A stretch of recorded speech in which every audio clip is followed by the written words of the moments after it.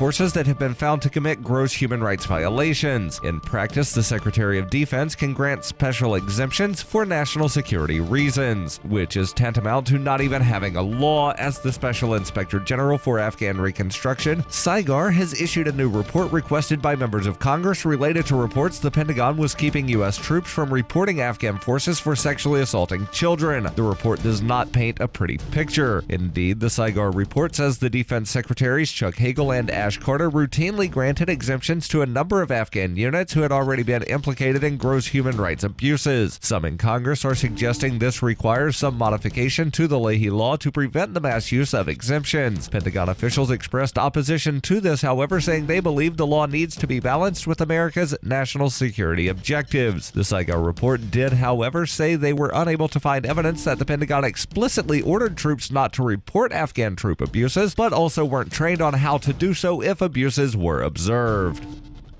You can support FPP Radio by shopping online. Whether you're looking for precious metals, bitcoins, or books, you'll find that and more at shop.fppradio.com. Every purchase you make from one of my affiliates, like Namecheap and Amazon, at shop.fppradio.com helps fund FPP Radio. Or you can shop directly from FPP with Bitcoin in the Bitcoin store. That's shop.fppradio.com.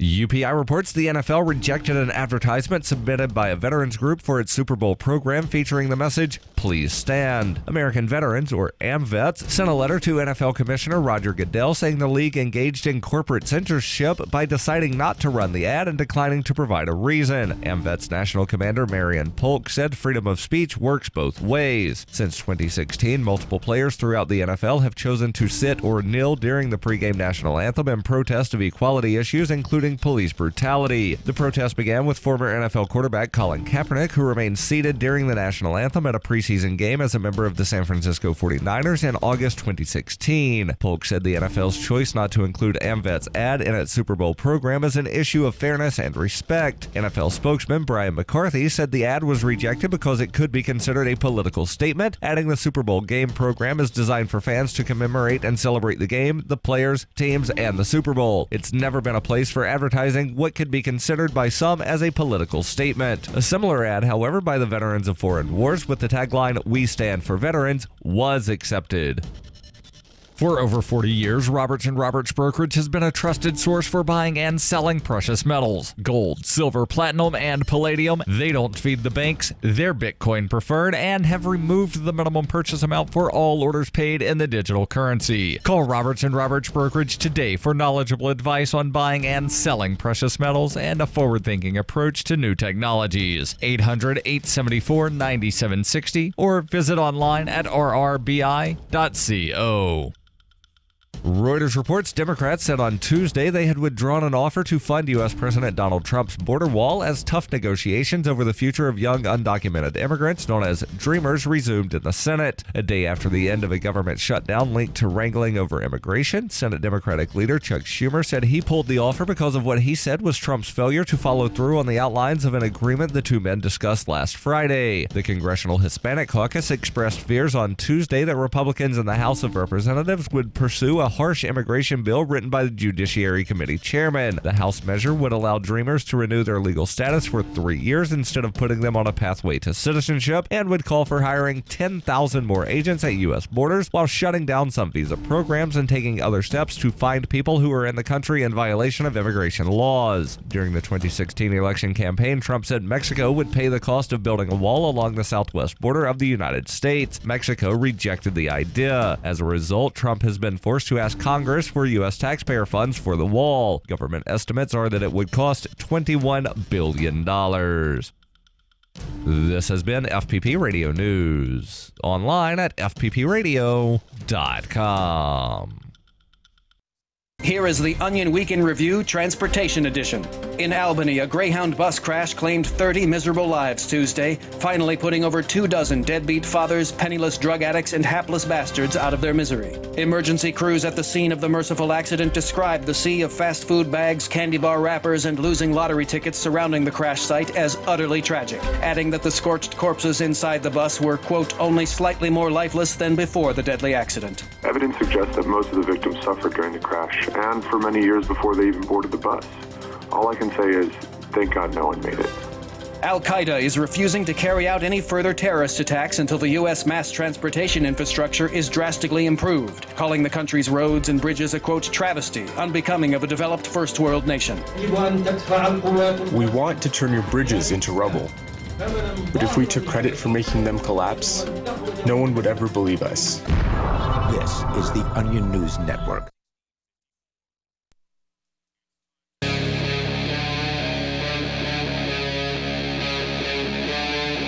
Free Talk Live.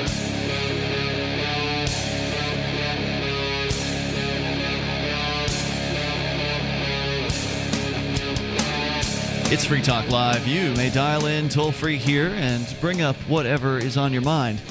Our number is 855-450-FREE like freedom. That's 855-450-3733.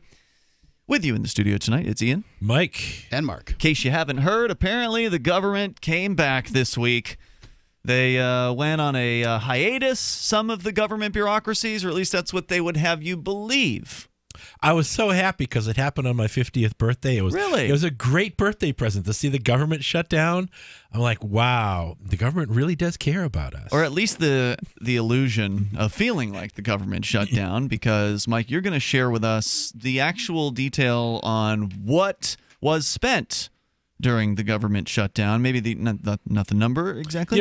Well, we often like to joke that when the government shuts down, nobody seems to notice any difference. Well, apparently the government didn't seem to notice any difference with its spending habits either. In fact, it spent a record amount of $16.6 billion for that day in January, even though the government was shut down. And so does that mean that the day in particular is a record for all of time, or only a record for the times when the government was shut down? Just curious as to which record was being more set. in constant inflation-adjusted dollars than the federal government has spent before on the fourth Monday in January ever. Wow. All right. So a record high. That's really good reporting, because I really didn't expect the reporter to pull that off. I mean, generally when you get a story like this, it's you just don't get it's not as fact-based as it could be. Let's give credit where credit's due. Who is the reporter, and what is the source? The reporter is Terrence P. Jeffrey, and the website is cnsnews.com.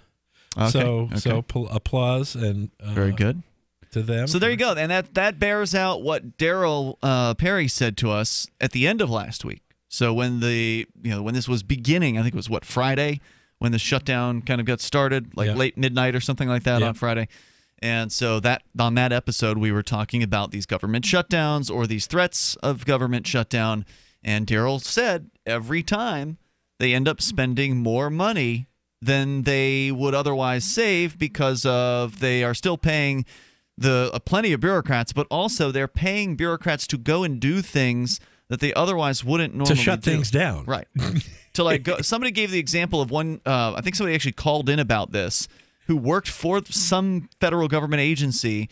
They said their job was to go around and remove the the handles or the toggle for drinking fountains, so nobody would be able to actually get a drink of water. Yeah. As punishment. Washington Monument effect in action. In fact, this spending record isn't just some marginal increase over the previous record.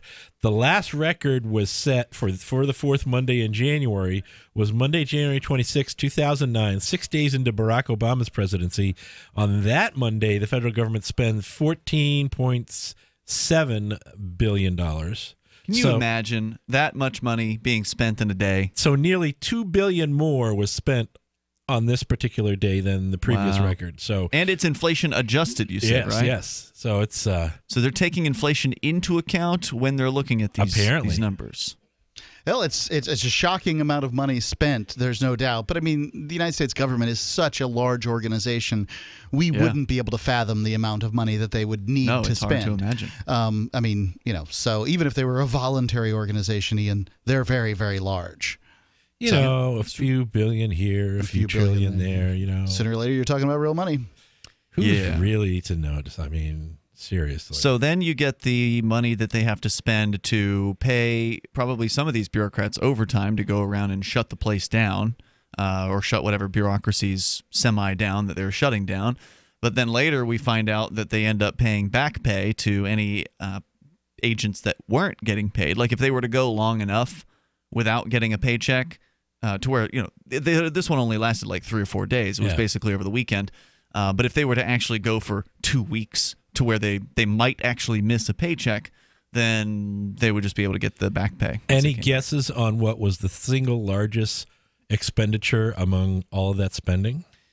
Military. Nope. No. Wrong. Interest on the national debt. Wrong again. No. The largest expenditure the federal government made on Monday, while it was shut down, was $3.746 billion in marketplace payments, which are subsidies for health insurance plans purchased on the Obamacare exchanges. So they're subsidizing people's health care, and that's the biggest. That's the biggest expenditure. Wow. Well, makes sense. You had a giant new government program, and the most recent shutdown is going to cost more than any other. That makes sense. So that's the update there. Was there any other commentary that you wanted to share on that? No, I just thought it was hilarious that they got a chance to make record spending while it was supposedly shut down. I mean, I've known some women who spend while they're supposedly not shopping at record levels, but this is a new one on me with the federal government. Excellent. The toll-free number, if you want to join us here, is 855-450-FREE, like freedom. That's 855-450-3733. We've got Skype as well. You can Skype on in here at Skype username LRN.FM. And we've got the Discord on-air call-in line option, which you can connect to our Discord at discord.lrn.fm. Actually, last night on the LRN Discord, there was an hour-long conversation between probably as many as 6 or 8 different listeners, which was pretty interesting. Mark, you listened in and talked on a little bit of it. Yeah. And I listened into a good chunk of it, and they were talking about all kinds of different stuff after the show. So check out our Discord. It's a free option for you to chat with other listeners and sometimes hosts of the show. Just go to discord.lrn.fm. And during the show, it's an option if you want to call in there as well. So keep that in mind. Also in the news over the last few days, a couple in, I guess it's Texas? Paris, Texas? Is that right? No, former Texas neighbors. Anyway, Paris, California. California. With the people with the 13 kids? Yeah, apparently they are accused of starving and torturing their 13 children.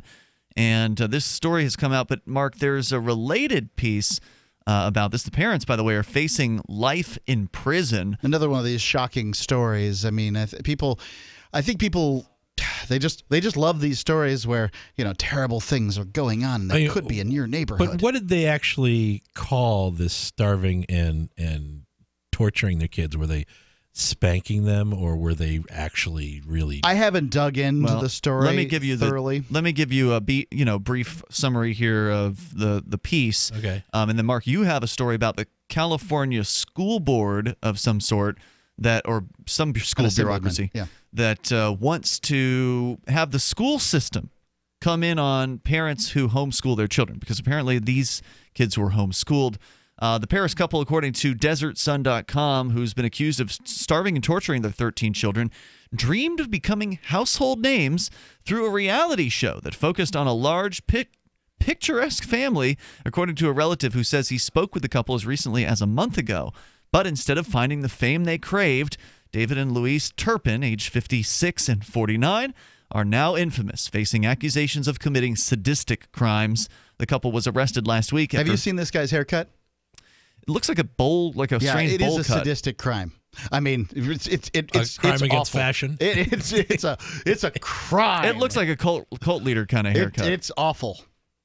Anyway, back to the story here. So they found the Let's see here. I don't know why the heck that just... Okay. Instead of finding the fame they craved, they're now facing accusations of sadistic crimes.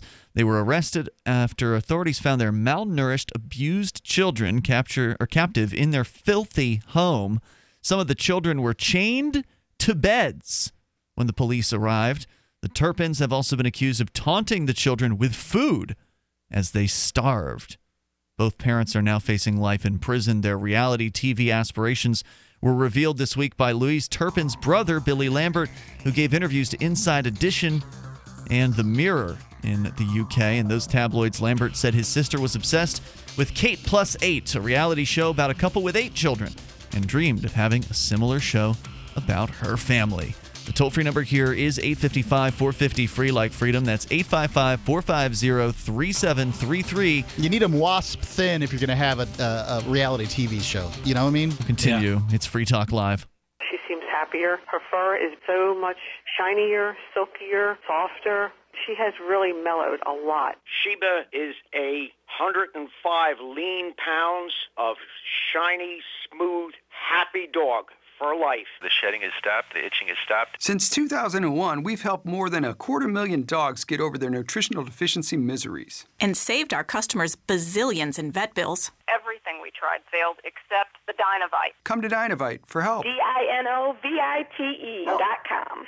If you want the dog to be healthy, you got to feed it something healthy. The omega-3 fatty acids. Flaxseed, zinc, alfalfa. The digestive enzymes that are cooked out of regular dog food. Dinovite is nutrition. Dinovite for life. Don't let your dog itch, scratch, stink, or shed like crazy. Come to Dinovite for help. 859-428-1000. 859-428-1000. DINOVITE.com. I got my Blink home security system delivered right to my door. I downloaded the app and it walked me right through the easy setup. Even with my complicated router system, I was done in like 10 minutes. Now it notifies me whenever something moves in front of the wireless cameras, or I can just check it whenever I want right from my phone. And I got you a deal. Get 3 Blink cams for what the other guys charge you for 1, plus an extra 10% off. Visit blinkprotect.com/FTL. blinkprotect.com/FTL. blinkprotect.com/FTL. I've said it many times on air, and I'll say it here. The New Hampshire Liberty Alliance is one of the most important organizations for freedom in the world. New Hampshire is ground zero for freedom, and the NHLA is the best organization at promoting effective liberty activism. This ad is sponsored by Free Talk Live, and I, Mark Edge, am a lifetime member because I believe in the NHLA. Please check them out at nhliberty.org. Not everyone can move right now, but you can support the cause. Donate top cryptocurrencies or old-fashioned U.S. dollars, nhliberty.org. Visit their website and see what they're all about, nhliberty.org. Is spreading the message of liberty, cryptocurrency, and peace around the globe worth $2 per month to you? As you may already know, in addition to our internet feed, LRN.FM broadcasts on free-to-air satellite across North and Central America, as well as Sub-Saharan Africa. And we've been available on satellite for free 24/7 since 2010. The LRN.FM free-to-air satellite signal is reaching some of the most oppressive regimes in the world, and there's no doubt our ideas are making an impact. You can learn more about the channel's impact by watching the 3-minute video at fund.lrn.fm. If you'd like to help free minds globally with our ideas of liberty, cryptocurrency, and peace, you can donate as little as $2 per month via fund.lrn.fm. You can help us continue and expand our satellite broadcast to multiple continents. Visit fund.lrn.fm today, and thank you for your help. Don't forget to share the link on social media. That's fund.lrn.fm. Did you know we've taken our LRN.FM telephone listen line to a new level with the LRN.FM audio on demand line? Now you can call 712-770-8447 anytime and listen to LRN.FM's live feed. And you can listen to a bunch of our original shows on demand. Long distance fees may apply. Just dial 712-770-8447 and choose from the menu. 712-770-8447. When you hear the word lobbyist, you probably think about greedy corporations, but not all lobbyists are the same. Some are fighting for the freedoms you hold dear. Liberty Lobby LLC is doing just that in New Hampshire, working hard to represent you, not some special interest group. You can help by going to libertylobby.info, where your contribution will give us the tools we need to ensure that your voice is heard. Visit libertylobby.info today to find out more. Join the LRN.FM Discord for live chat 24/7 at discord.lrn.fm. That's discord.lrn.fm.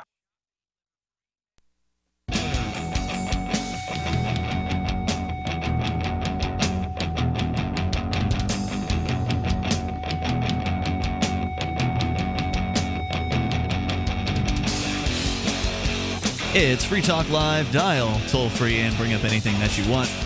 Our number here is 855-450 free like freedom. That's 855-450-3733. We got Skype, and the Skype username is lrn.fm. We've got Discord. The Discord is located at discord.lrn.fm. You can connect that way too, and both Skype and Discord, you'll sound almost like you're sitting here in the studio with us. And you can bring up anything that happens to be on your mind. That is the point of the show. But we're talking about this California couple who has apparently been seriously abusing their children for some time. We'll tell you more about that and what the government wants to do about it. And apparently they want to go ahead and punish all homeschoolers for these people's actions. We'll tell you more about that coming up. Over 60% of Americans are taking a nutritional supplement, and you may be too. By the sounds of this, you probably are. But is your nutritional supplement a good one? Is it worth taking the time and the energy that you put into it? Is it worth it? If you're getting synthetics, well, maybe not. Whole Food Multi-Complete is made with food. And you don't just need vitamins and minerals. Whole Food Multi-Complete contains the 7 different types of nutrients that you need. The enzyme blend, the probiotic blend, the antioxidant blend, immune support, bone and joint support, energy support, all in one. They've been for 15 years quietly providing what the big guys won't, the perfect blend of supplements in a single product. They've taken the expense and the complexity out of following a complete supplement program. Visit simplifymysupplements.com to learn more. Enter coupon code FTL. Receive 10% off your order every time. Satisfaction guaranteed. They take Bitcoin and cash. It's simplifymysupplements.com. Coupon code FTL. I take it every day, and I do recommend it highly. The couple in this case, Louise and David Turpin, ages 49 and 56 respectively, are now facing accusations of committing sadistic crimes, facing life in prison. And apparently, according to at least one family member, Louise, the mom in this case, she really wanted to be on television. She wanted to have a reality show about her and her children, where apparently they taunted their children with food as they were chained to beds, some of them, in what was described as a filthy home. Court documents show the Turpins had also given all of their children names that begin with the letter J, just like a large family featured in a different reality show, 19 Kids and Counting. Quote, I believe that my sister wanted a reality show because the very last conversation that I had with her before all this happened, she did actually say that she feels they would be perfect for TV at one point, he said, according to Inside Edition. The draw of reality TV may also have been what brought the family to California in the first place. In an interview with The Mirror, Lambert said the Turpins moved from Texas to be nearer to Hollywood. They moved to Murrieta in 2010 and then relocated to Paris, that's with 2 R's and an E, Paris, in 2011. And most of all, or most alarming of all, Lambert said his sister told him she wanted another child, her 14th. He says, I asked her why on earth they wanted more children, and she said about wanting a reality TV show. He said they didn't care about the kids, it was about them, unquote. Dreams of reality TV stardom are just one of the surprises in the emerging portrait of the Turpin marriage, which relatives say was strange from the start. In a series of interviews with multiple organizations over the weekend, siblings of Louise Turpin described how she and David married in 1984 when she was only 16, after David picked her up from high school without her family knowing and drove her across the country so they could elope. The marriage took another turn decades later. How old he was at that time? When Louise, he was, let's see, right now, he's 56 and she's 49, so 7 years older. Wow, that's a significant difference for a 16-year-old, but, hey, they stayed together. They did stay together. The marriage took another turn, and it appeared to be right for one another. Nice, just solid dangerous, family, crazy people. huh? Yeah. The marriage took another turn decades later when Louise, a lifetime churchgoer who never smoked or drank, had a spiritual and sexual awakening that she was all too eager to describe over the phone. Her sister said that in an interview with NBC.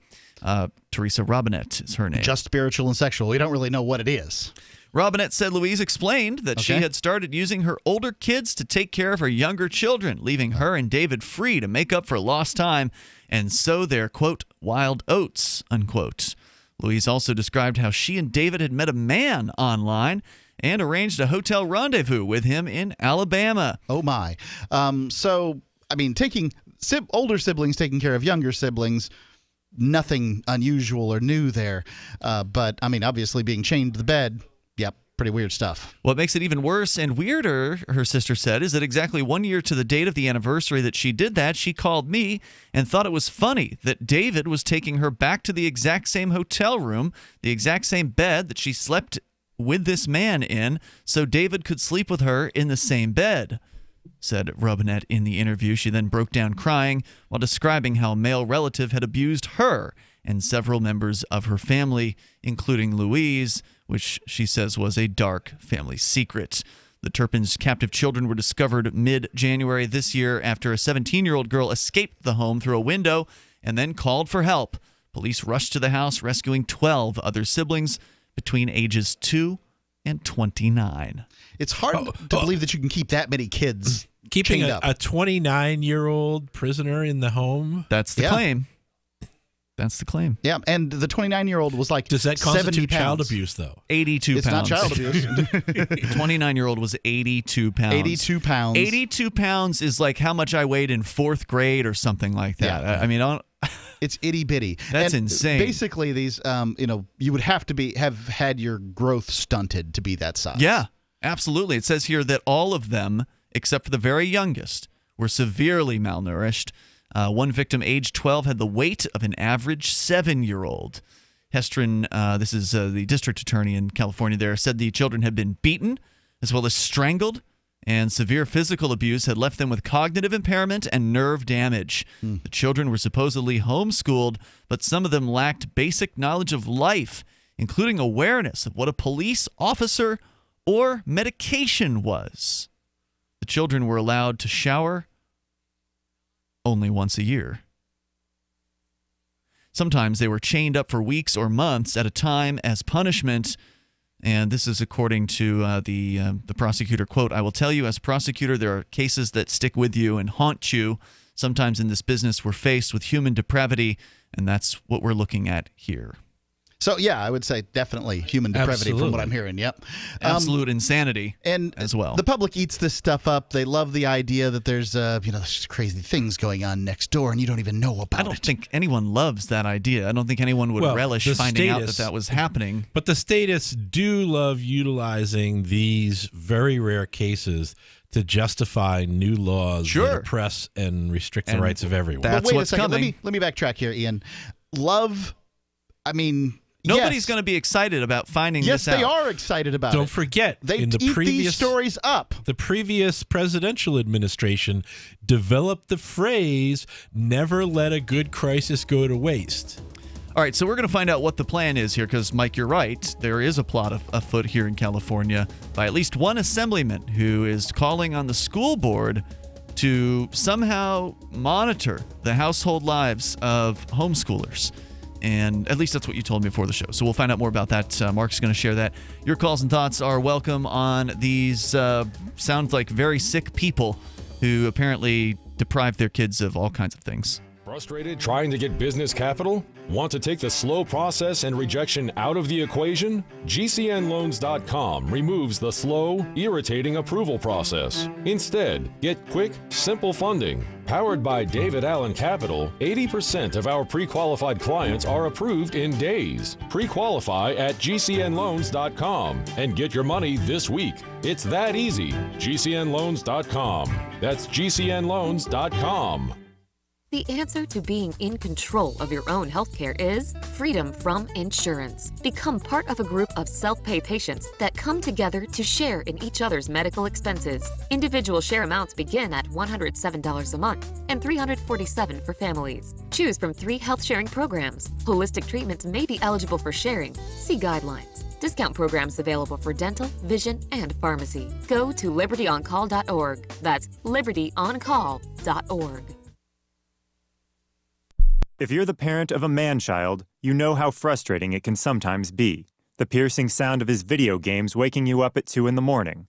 His insatiable hunger and inability to cook anything for himself. The messes he makes. The stress can be overwhelming. Something will set them off, such as their man-child will tell them that they don't know how to tie a tie even though they're almost 30. They'll start shaking them and yelling and saying, "What the hell is wrong with you? Why don't you get a real job instead of working part-time at a board game store?" The results of shaken man-child syndrome are devastating. Trauma caused by the brain colliding with the inside of the man-child's skull can lead to cognitive disabilities, making it even more unlikely he'll finally marry the girl he's been having a long-distance online relationship with for 6 years, or it can even lead to death. He's not spilling cereal all over the couch or leaving his beard clippings in the bathroom sink intentionally. He truly does not know what he's doing. For the Lab Report, I'm Stuart Adams. This is the Onion News Network. Hi, this is Mark Edge of Free Talk Live. Michael W. Dean's book, User's Manual for the Human Experience, changed my life. In a culture that attempts to turn you into a compliant victim, this book gives you implementable steps on everything from how to be aware of your environment, walking down the street, to business, to how to handle a toxic person in your life. If you're a human, you need to read this book at least once. Go to Amazon and get the Kindle version, or paperback, or an audiobook of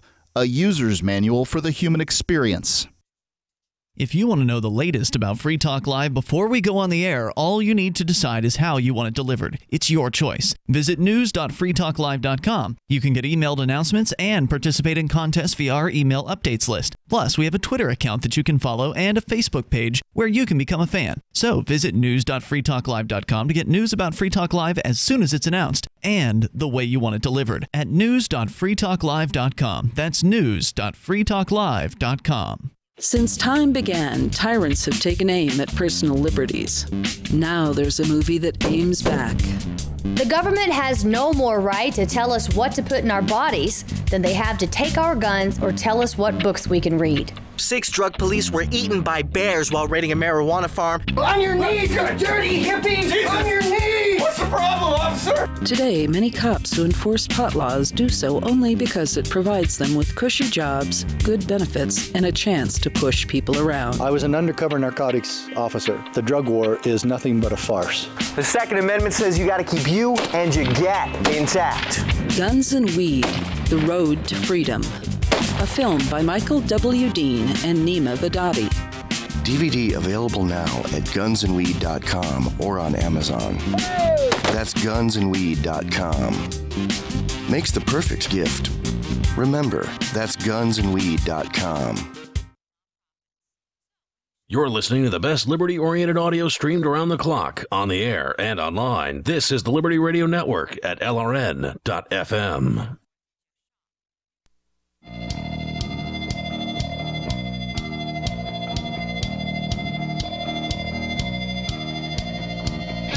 It is Free Talk Live, and you can bring up anything you want to discuss. It doesn't have to be what we have on the table, but it can be.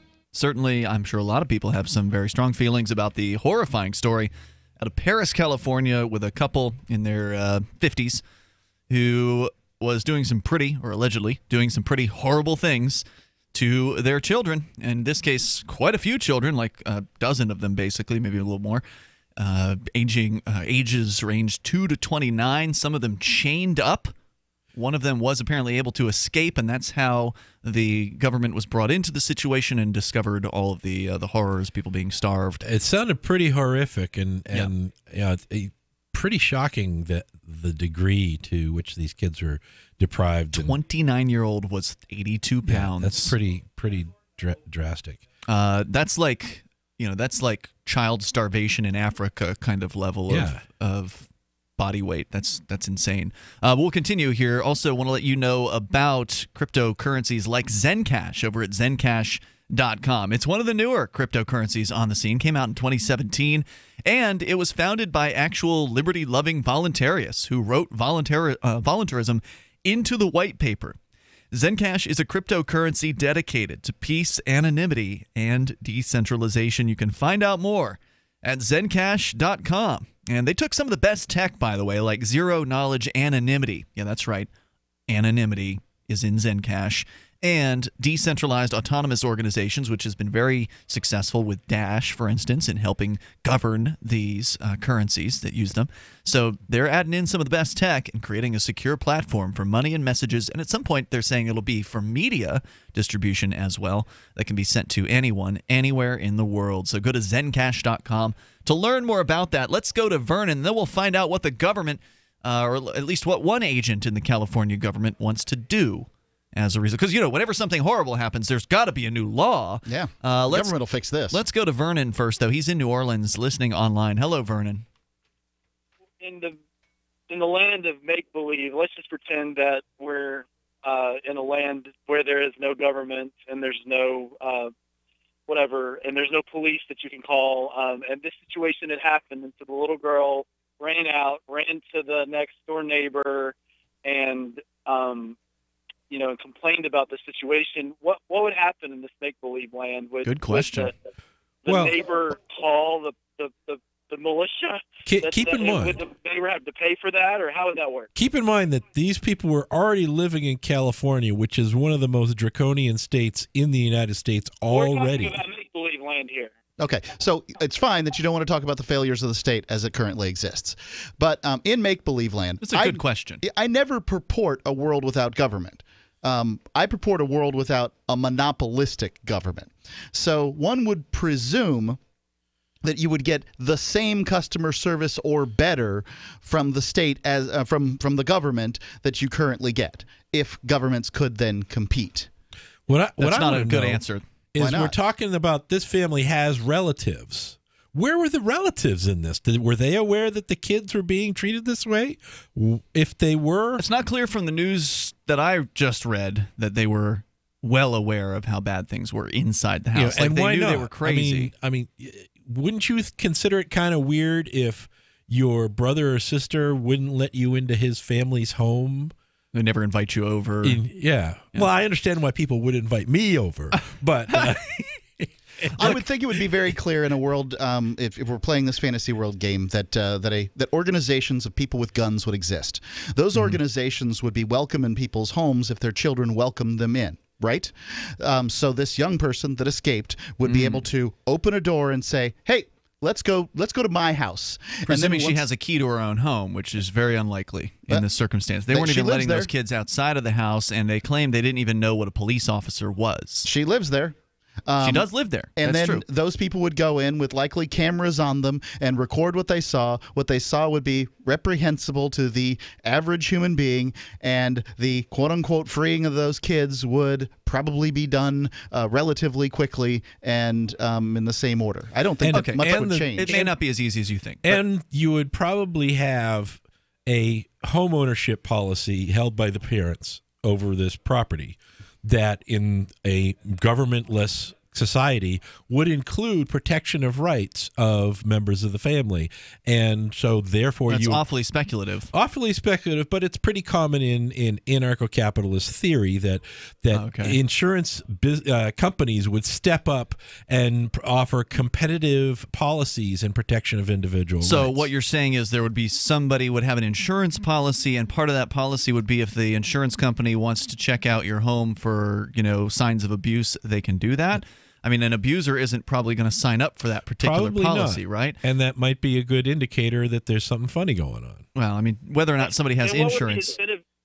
What would the incentive be for the people with the guns to come and rescue these people? Just doing the right thing, I guess? Would you do the right thing? Would there have to be some sort of a money thing? I mean, I don't know. Well, me, I would do the right thing, but I think a lot of people would. I do the volunteer fire would do the right thing. The volunteer fire department doesn't pay me much of anything to do. I mean, it's hard to get a good meal out of what I get paid per year to do the volunteer fire department thing. But I have gone there in a couple of situations, risked my life for people in my community. So, without a paycheck. Yeah, I think it could be and done. And actually, the fire department doesn't charge a subscription fee, and if you don't subscribe, you don't get a bill later. No, I do wonder about that. I mean, why one does wonder why one would give a service to people that don't pay. But in this case, everybody's forced to pay. through threat of having their home taken from them for the volunteer fire department, and the equipment is given to the, is bought for the department. In some cases, we have bought our own equipment with funds that we've been given through like wills and things like that. But, in a lot of cases, the taxpayer pays for it. All right. So I don't think that these are they're not bad answers necessarily, but I don't know if they're satisfying answers. And I think that this is a tough issue when you're talking about how do we handle a situation of abuse inside a private home in a society where there isn't a monopoly on violence, which is the government that we have today. I think that ultimately when people are asking for the Child Protective Services or the police to go into a home because they believe there's something going on there, they think that that's going to overall be a good thing. Now, if certainly we've seen so many different examples of Child Protective Services actually taking kids from maybe a not so bad or bad situation and putting them into a worse situation in foster care. Like so that. we can give examples of just how bad and how many failures the current one-size-fits-all system has, but that still doesn't answer the question that he had of how would this be dealt with, or how could this be dealt with in a situation where there is no monopoly government. I'm sorry? My question is just speculative. There's not a right or wrong answer. Well, yeah, but I wanted to talk a little further on, kind of give my answer to this. Ian has the answer, God's sake. I don't have the answer. I just wanted to give a response. You guys did, so I'm going to now. My response was unsatisfactory. I recall you saying that. Yeah, it was unsatisfactory. You basically dodged the question. I didn't. Yeah, you did. You didn't give an answer that was in any way what he actually asked the question about, which was what would happen. People with guns, like they did, would go into the home like they did and get the kids out like they did, and the parents would be held responsible was you thought the like child would be able to go and just open the door to their own home and let other people in. What if the people come to the door and they're like, you're not coming in. This is my private property, and you don't get to come in here. You hold a gun on them and tell them to get on the ground, or you put a freaking bullet in them. Okay, so now you're just talking about might makes right, and so what we need to might makes right when you're talking about abusing people. Yeah, here's an issue where I like to talk to people about their principle of non-aggression. Before you go on, I'd like to finish my statement here about what this could possibly be like. Hold on a second, Vernon. Look, Mark, if you do that, you have to understand. I'm not saying you're wrong. I think that there may very well be, sort of volunteers or some kind of group that gets payments from, charity or whatever to go and rescue abused children. But keep this in mind. If you were to go and break into somebody's home at gunpoint, hold people at gunpoint, the difference between what happens today and what will happen then is you're doing it on full liability for your actions, meaning that if that teenage girl just came in and told you a lie about how she was being abused in her home, and you go and you hold a gun to someone's face over that, you're going to be accused, and rightfully so, of breaking and entering and home invasion. Fine, you send her in with a camera that's live streaming. She shows you the chains. There's you more bust coming in the up door. here in moments. 8:55, 450, Free Like Freedom. This is Free Talk Live. Does your dog itch, scratch, stink, or shed like crazy? Come to Dynavite for help. Order a 90-day supply of Dynavite. Everything we tried failed except the Dynavite. Pick up 2 bottles of Super Mega Fish Oil. Get the 3rd bottle free. Packed with omega-3, DHA, and EPA fatty acids. Super Mega is great for your dog's immune system, healthy skin, and soft, shiny fur. Dogs love it. Try Super Omega Fish Oil. Buy 2, get 1 free. At Dynavite.com. DINOVITE.com. Cryptocurrencies are successful because of good technology. The liberty-loving voluntarists who founded Zencash in 2017 took the best tech, like zero-knowledge anonymity and decentralized autonomous organizations, and are creating a secure platform for money, messages, and media that can be sent to anyone, anywhere in the world. Zencash is a cryptocurrency dedicated to peace, anonymity, and decentralization. Find out more at Zencash.com. That's Zencash.com. Are you still looking for that one iodine that you can really trust? A medical doctor endorsed product that is backed by honest research and true integrative science? Then search no further. Go to NutriMedical.com for Dr. Bill Deagle's Nutriodine, proven time and time again to be the very best iodine available for you. Nutriodine is the only Tesla-activated monatomic plasma iodine in the world. It optimizes mitochondrial function and generation of new mitochondria, from totally neutralizing the venom from a desert recluse spider bite in Southern California to eliminating malaria parasites reported by medical missionaries in central India. Dr. Bill's Nutriodine is simply the most powerful healing formula there is. Nutriodine clears the body of all known pathogens, restores it to an alkaline state, and even promotes stem cell regeneration. Order Dr. Bill's Nutriodine today at 888-212-8871 or visit us online at NutriMedical.com. Excuse me, is this where I get a license to start a new business? I wouldn't be hasty. You have to get a license to go out of business, too, you know. Oh, well, look, I've invented this little anti-gravity machine, see? Oh, is that why you're walking 2 inches above the floor? Oh, yes, it's very comfortable. It saves on shoe leather. Yeah, well, you have to fill out these forms and report to the Human Services Department of Manpower Orientation and register with the Fair Employment Practice Commission, the Wage and Hour Division of the Employment Standards Administration, the State Sales and Income Tax Division, the Internal Revenue Service, and the Social Security Administration of the Department of Health, Education, and Welfare, and, of course, OSHA. OSHA? I thought that was a little town in Wisconsin. You'll find out. Say, floating around like that could be dangerous. Have you checked with the Consumer Product Safety Commission? Well, not yet. Come to think of it, you actually are flying, aren't you? Look, you need to go over to the Federal Aviation Administration and the Transportation... It's very hard to get anything done these days if you're in business, but free enterprise built this country. Think what could happen if we don't keep it free. A public service of this station and the Center for the Defense of Free Enterprise, Bellevue, Washington. We just can't have people floating about unregulated, you know. Some of you asked, and now we've delivered. LRN.FM's live Keene, New Hampshire studio shows are now streamed in HD on Twitch. Visit our channel at twitch.lrn.fm and give it a follow. If you have Amazon Prime, you get 1 free subscription on Twitch. If you use it on our channel, Twitch will give LRN.FM a monthly piece of your Prime subscription cost. So please watch, follow, share, and subscribe to twitch.lrn.fm. That's twitch.lrn.fm. Did you know that Free Aid is a mutual aid, educational, and networking organization? At Free Aid, we support volunteers who provide first aid. We do outreach to the public about health and safety, and we bring together medically skilled freedom lovers. Free Aid is made possible by your generous support. Donors can receive great gifts like first aid kits, t-shirts, silver dime cards, and hoodies. The Free Aid Silver Dime Card Project is sponsored in part by Roberts & Roberts Brokerage, Freedom's Phoenix, and Don't Tread on Meme. Visit fr33aid.com. Do you love Twitter? Make sure you favorite the LRN.FM Twitter account so you can receive our tweets at twitter.lrn.fm. That's twitter.lrn.fm.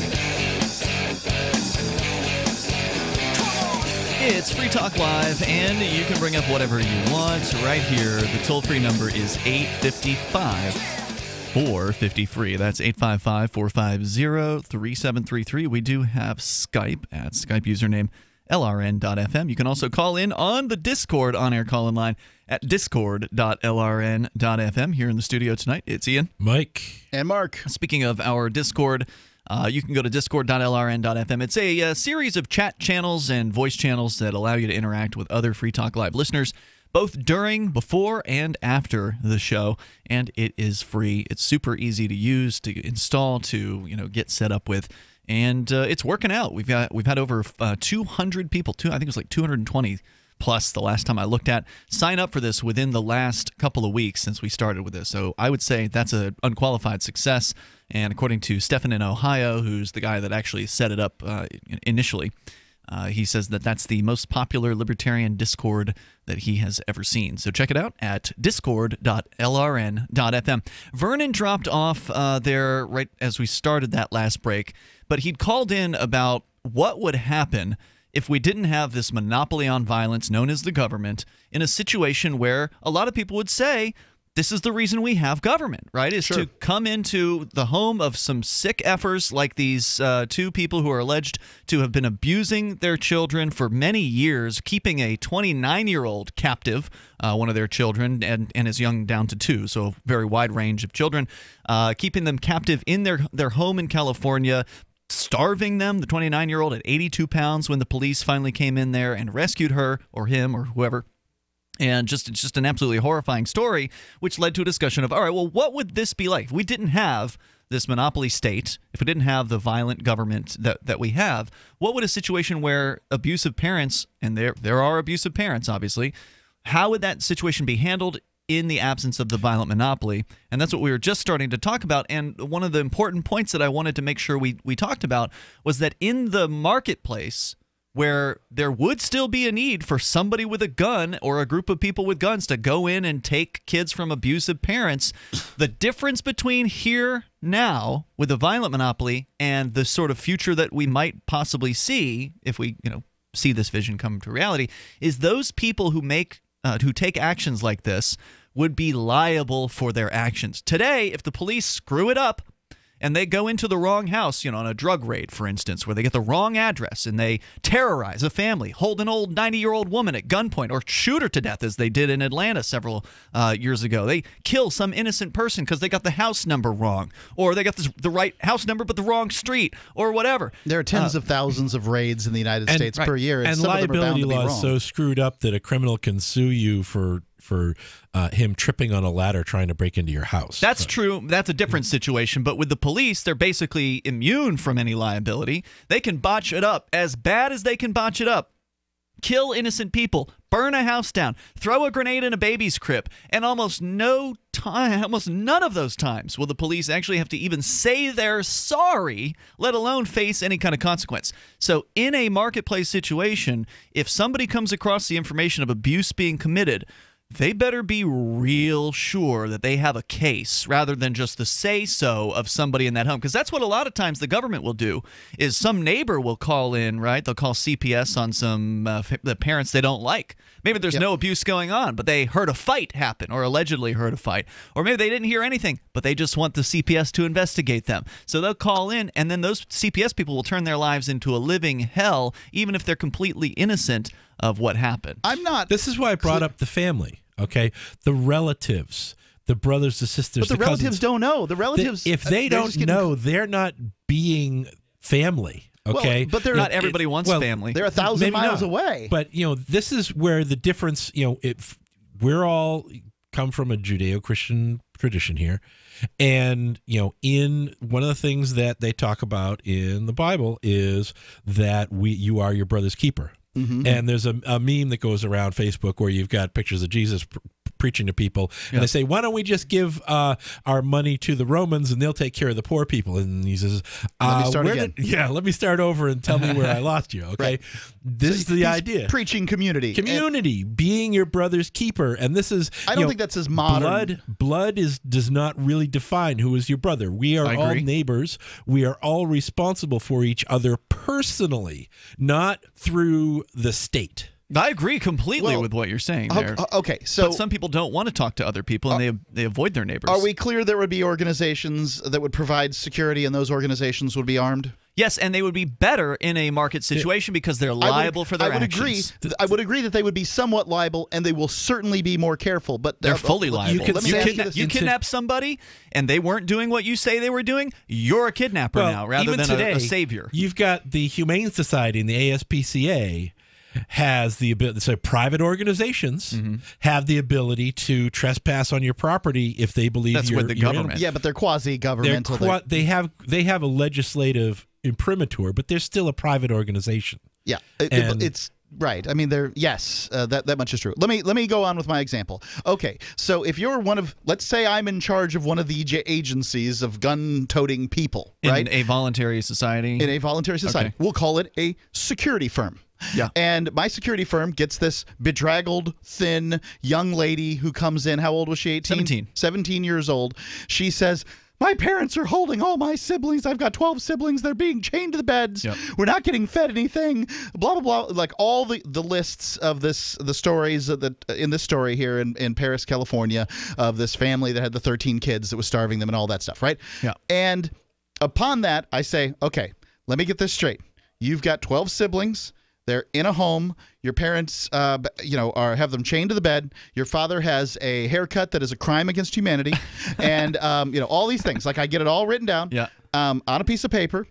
I, video, audio record her, saying, yes. I have her sign that piece of paper saying that is what is occurring and that she is going to go with me and a few guys to this place.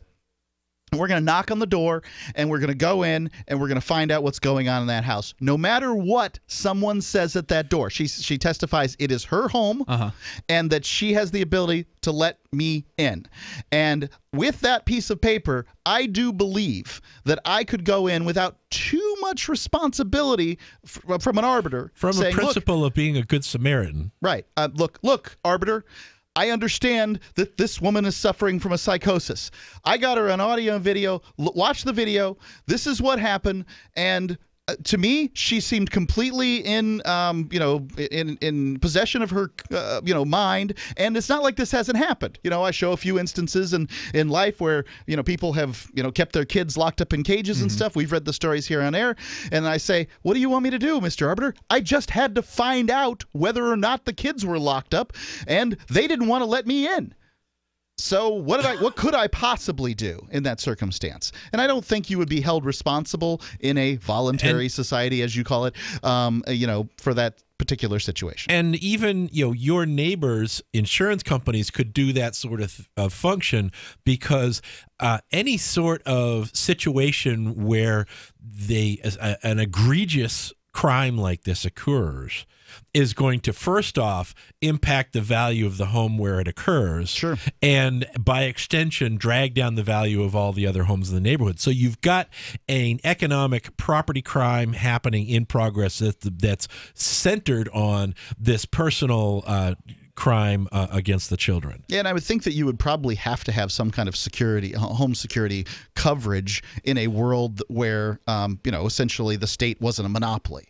In that circumstance, if you wouldn't have to, you could provide for your own security. Some people would do that. Yeah, some people would probably get their houses, taken from them.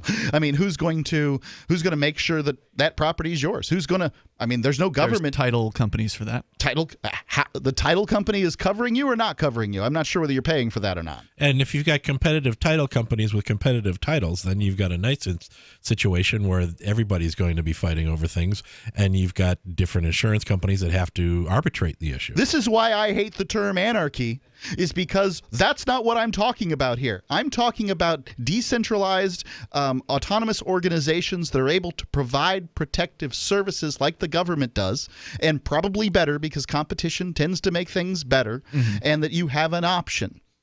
That's all I'm talking about here. And if your option is not to have government, expect what happens when you don't have government. And really, in the end, we all need to accept that there are terrible things that happen in this world. This could be one of them. There are plenty of other terrible things that happen in this world, and like the things government does to people all the time, regardless of government. And the thing is that government still today in California is not the answer, because obviously this happened under the government's watch. Well, they are saying, some people, that the government wasn't watching enough. And Mark, that's the story that you are going to be sharing with us here about a assembly person in California who wants the schools to start to get involved in homeschoolers. Right, because of course these kids were homeschooled. At-home lives. More coming up here. Hour number 2 is on the way. It's Free Talk Live.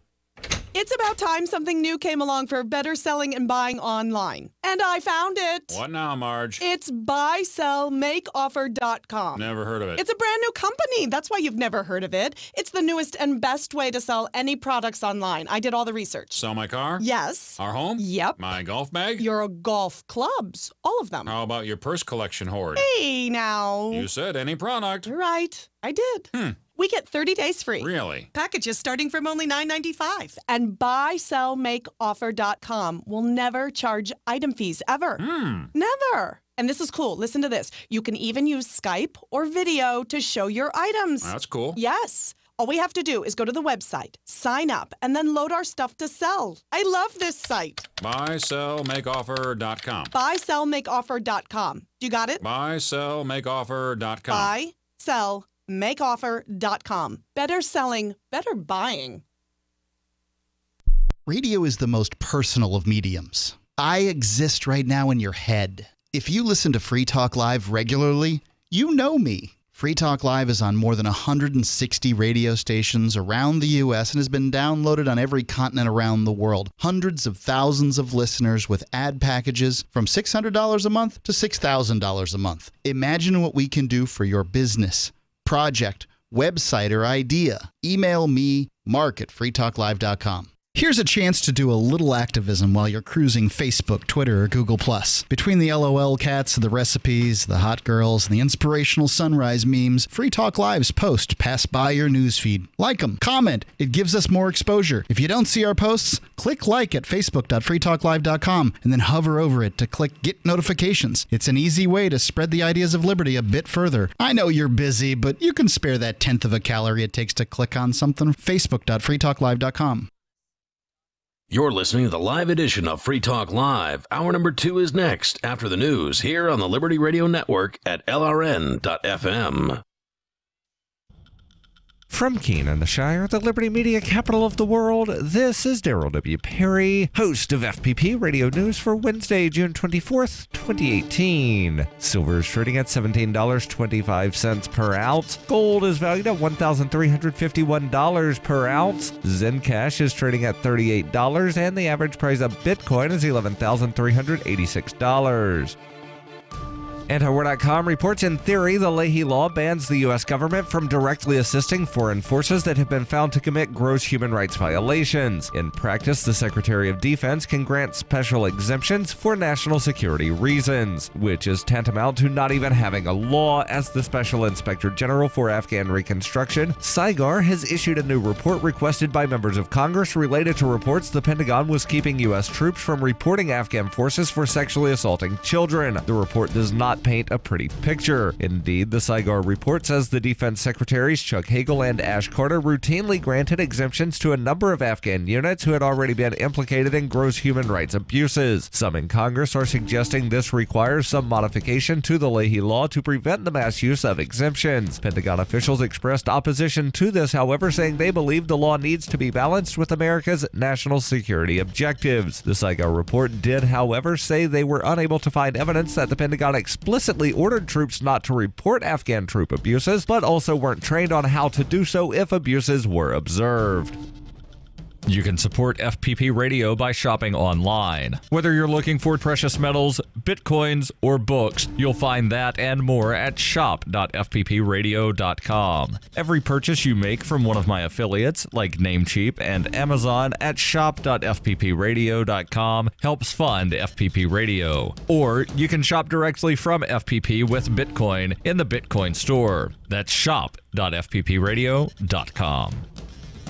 UPI reports the NFL rejected an advertisement submitted by a veterans group for its Super Bowl program featuring the message, "Please stand." American Veterans, or AMVETS, sent a letter to NFL Commissioner Roger Goodell saying the league engaged in corporate censorship by deciding not to run the ad and declining to provide a reason. AMVETS National Commander Marion Polk said freedom of speech works both ways. Since 2016, multiple players throughout the NFL have chosen to sit or kneel during the pregame national anthem in protest of equality issues, including police brutality. The protest began with former NFL quarterback Colin Kaepernick, who remained seated during the national anthem at a preseason game as a member of the San Francisco 49ers in August 2016. Polk said the NFL's choice not to include AMVET's ad in its Super Bowl program is an issue of fairness and respect. NFL spokesman Brian McCarthy said the ad was rejected because it could be considered a political statement, adding the Super Bowl game program is designed for fans to commemorate and celebrate the game, the players, teams, and the Super Bowl. It's never been a place for advertising what could be considered by some as a political statement. A similar ad, however, by the Veterans of Foreign Wars with the tagline, "We stand for veterans," was accepted.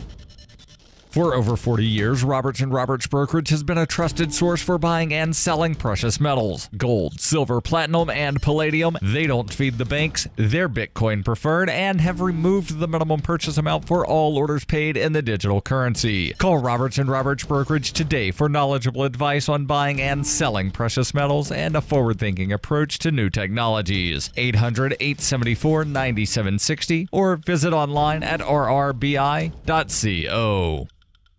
Reuters reports Democrats said on Tuesday they had withdrawn an offer to fund U.S. President Donald Trump's border wall as tough negotiations over the future of young undocumented immigrants, known as Dreamers, resumed in the Senate. A day after the end of a government shutdown linked to wrangling over immigration, Senate Democratic leader Chuck Schumer said he pulled the offer because of what he said was Trump's failure to follow through on the outlines of an agreement the two men discussed last Friday. The Congressional Hispanic Caucus expressed fears on Tuesday that Republicans in the House of Representatives would pursue a harsh immigration bill written by the Judiciary Committee chairman. The House measure would allow Dreamers to renew their legal status for 3 years instead of putting them on a pathway to citizenship, and would call for hiring 10,000 more agents at U.S. borders while shutting down some visa programs and taking other steps to find people who are in the country in violation of immigration laws. During the 2016 election campaign, Trump said Mexico would pay the cost of building a wall along the southwest border of the United States. Mexico rejected the idea. As a result, Trump has been forced to ask Congress for U.S. taxpayer funds for the wall. Government estimates are that it would cost $21 billion.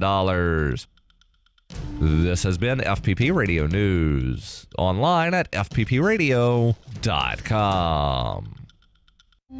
A cool guy from middle school is still sporting his fat pair of Jinkos. A stunned St. Peter's Square crowd hears the Pope getting bitched out by God, and an 8th grader caked in makeup is probably really confident. This is The Onion Week in Review. This week, a Pew Research Center poll found that the vast majority of Americans would watch a television show called Love Trap, with most saying that regardless of the show's genre or quality, they would tune in weekly to see its stars stumble into romantic triangles, double-cross one another, and contend with whatever the titular love trap refers to. The survey confirmed that 62% of Americans would likely watch Love Trap to see a shrewd but cold-hearted Southern belle named Tammy. 23% of the nation hoped the show would be referred to as The Trap by its most loyal fans, and 15% of respondents said they simply needed something to watch. And in this week's science news, a biologist completes a 5-minute study of the pathetic organism in his mirror. In other news, a man confidently hits send on the worst job application a company has ever seen.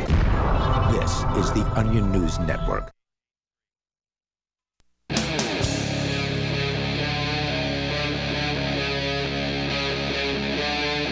Free Talk Live. It's Free Talk Live, and we're launching into the second hour of the program. Of course, you can join us here toll free at 855-450 free like freedom. That's 855-450-3733. Here tonight, it's Ian, Mike, and Mark. Talking about the very disturbing story out of California about a couple who has been accused of just horrifically abusing their children who... Well, some of them weren't children anymore. One of them was 29 years old, but would have looked like a child, apparently, because they were only 82 pounds when police came into the home and were able to set these kids free from their captivity. Some were allegedly being chained to their bedposts and such and starved and tortured to some extent by these horrible parents. And the caller asked, how would this be dealt with in a ungoverned society? And we've been debating this all night here, and we've had a number of good points. One thing that has been overlooked is the fact that the parents wanted their kids to be in a reality show. That's the claim. Right, and this would have been the strangest reality show here's ever. the thing, is even though they've been keeping these kids locked up for all these years, and even if the daughter had not escaped, the moment they showed their kids to the reality series, you can bet something would happen. Right. So, the idea that this would just go on and people would get away with this, there's always going to be some circumstances where people are going to get tripped up. And sure, there will but be. Mike, one of these people was 29 years old I know, in captivity. and it's really terrible. They basically got away with it for 29 years in this particular. Who knows when the abuse started of the 29-year-old? But this is only this is only an amplification of the sort of in many cases sheltering that goes on in homes all across America. Think about it for a second. They're chained to their bed. What's the difference between chaining somebody to their bed and grounding them to their room? Just the territory in which they can move. Not letting your kid play out in the yard or down the street at the playground or bike around with your kids in the neighborhood. Stuff that we all did when we were kids is now seen as strange in many communities around the country. You're saying it's strange to allow your kids to go out and play? Yes, yeah. Yep. Okay. You know, the kids didn't know what a police officer was. What's the difference between not informing them about police officers and, you know, driving a different route to school so that you don't have to go by the adult bookstore and plenty explain of what that parents. is? It's just sheltering. Yeah, plenty of parents get into trouble in California, as well as places like New York, for being what are called free-range parents. Right, letting their kids go to the park on their own, letting them walk home from school on their own. No doubt. No doubt about it. And I get the argument that you're making here, that the difference between what these parents have done and what some other parents might do is in degrees, but there's a lot of degrees of a lot of difference degrees. here. There are a lot of degrees. There's no doubt. And when you first mentioned this story, I automatically thought, oh, it's Fruits and Nuts, California, exaggerating some situation again where there's a minor issue between parents and kids. Not this time. And it's definitely pretty egregious and pretty horrific. And but these are the sort of things. It's not due to the parents being just being the parents of abusive parents, because this sort of thing is going to happen in any sort of society, and it's when we abdicate our responsibility to each other as neighbors that this sort of thing, in my opinion, is actually more likely to happen. I think that's true. Yeah, absolutely. When people don't pay attention at all to what's going on around them, or purposely ignore signs of abuse. Or they believe the government is going to take care of them and find these things and stop them, then they don't feel like they have a responsibility to do it themselves. I'd also point out that these people went on vacation to Las Vegas and renewed their vows, and all the kids were in the wedding. Really? Yep. There's several instances. They went to Disney World, took all the kids to Disney World. They went off to Alabama to have some kind of menage a trois at one point. So they're not there all the time with the kids chained to the bed. Somebody else is implicated in this. I never Likely got to the go older to Disney children. World when I was a kid. Well, abuse. I must have been abused. So you're saying the older children were abused when they were growing up, and then they assisted in the abuse. They probably didn't know any better. Right. And this is just how a family goes, perhaps. For them. Right. So, I mean, if you never leave your house, there's, people your parents can tell you all kinds of things about how the world goes. So it's freaky. But ultimately, in general, parents should have the ability to shelter their kids. I don't support it personally, but, if you want to keep your kids from seeing violent movies or sex or, whatever it is, there's a bunch of parents who want to keep their kids from experiencing certain things. But by the same token, when the child turns 21 and they find out that they've been stunted in their development by these helicopter parents that are of the worst order, then you're dealing with kids who can sue their parents for liability for that sort of treatment. What's the liability? I'm not looking at this situation, but a child suing their parent, or not child, but a young person at 21 suing their parents for not exposing them to sex scenes in movies. Well, not teaching them the basics of life, of what sex is. There's a lot of kids who don't get taught what sex is. Healthy relationship between adults is. How could they teach you a healthy relationship if they themselves don't have one? I mean, that's not a suable offense. Well, I don't think so.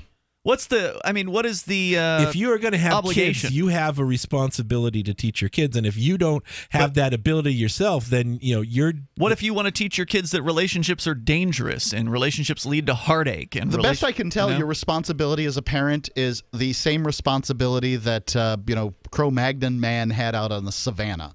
You got to have some level of shelter. But also some level of teaching them, because the Cro-Magnon had to teach their kid to survive, to carry on the genes, because that was the only real purpose of reproduction, was to carry on your genes, to pass on your. And so how are you going to do that if you're not preparing them to survive out in the wild? I get what you're saying, but this gets into an area which is also worth talking about, in the idea of, if we don't have this violent state around to solve all these problems, of course they do a terrible job at it, in many cases make problems worse, but if we don't have that situation, what do you do? And a lot of it comes down to what is accepted by other people. So if not teaching your kids about sex is acceptable in the Bible Belt. But to you, Mike, you think that it's abusive to not teach your kids about, the birds and the bees or whatever. But in the Bible Belt, they say that it is abusive to teach your kids about sex. A lot of it has to do with what people think, right? Like what a majority or significant amount of people in an area think. If you go in and take some kids from somebody because, you violently take kids from somebody because you believe they're being abused, most people are going to look at starvation and say, yep, those kids are being abused. But if your reason for saying that they are being abused is because their parents haven't taught them how to cook, or their parents haven't taught them how to clean, or to, taught them about sex or taught them about responsibility, then you're going to have a tougher time convincing people that it was okay for you to go in with a bunch of guns and men with guns to take those kids from them. And in different areas, different things are going to be seen as, it's acceptable to take kids for this reason. And I think it would be interesting to see what areas, were supportive of what. There would not be, I don't think, a one-size-fits-all or blanket policy across everywhere. And I think that this whole debate is one of the core bases of statism in actuality, because it's what's the most common mantra people use to justify a new law? It's for the kids. Sure. So you're absolutely right that there is easily an impetus for overreach but a lot of it is because we're passing the buck of responsibility away from ourselves as individuals to some organization like the state, rather than taking personal responsibility for our neighbors, for our family members, to see that our nephews, our nieces, the children of our neighbors are being properly cared for. And part of that responsibility is living in a place where your neighbors share some of your values. Because if you're in an area where there's a mix of some people, do think it's important to teach their kids about how to hold down a job, while other people don't think, well, then you're going to have serious culture clashes between those groups. And that's why I think there is some value to ideas of the New Hampshire freedom migration, where people of a certain mindset, people who believe in freedom in our case, will move together. There's more coming up here. Free Talk Live. Thinking about getting into cryptocurrency? It's time you looked into Dash.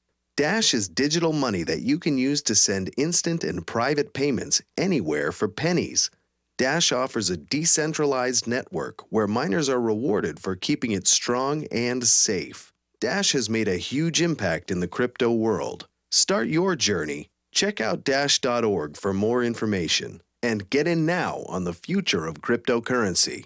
Dash.org. The Bitcoin.com wallet is a simple and powerful full-featured Bitcoin Cash and Bitcoin Core wallet that allows you to send and receive either currency with anyone, anywhere in the world. Download the Bitcoin.com wallet for easy and secure access to your Bitcoin Cash. It's perfect for beginners, and the Bitcoin.com wallet makes using and holding Bitcoins easy. No logins are required. The Bitcoin.com wallet is available for Android, iOS, Windows, Mac, and even Linux. Learn more at Bitcoin.com. From the first letter of Captain Mark.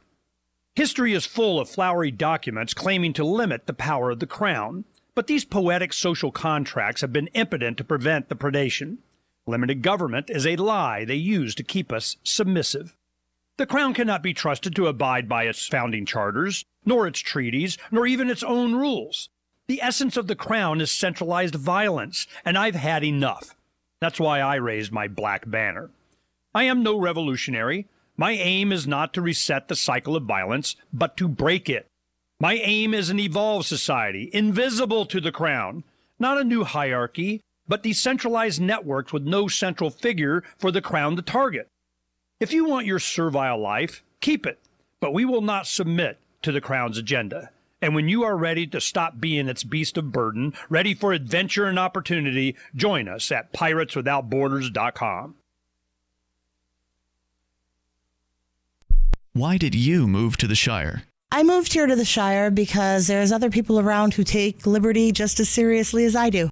I moved to the Shire because I saw videos of people challenging authority and thought that I could get support myself. It called to me, do this right now. I wanted to be around people like me who got it. And once I got here, I knew there was nowhere else that I wanted to be. I've always wanted to change the world.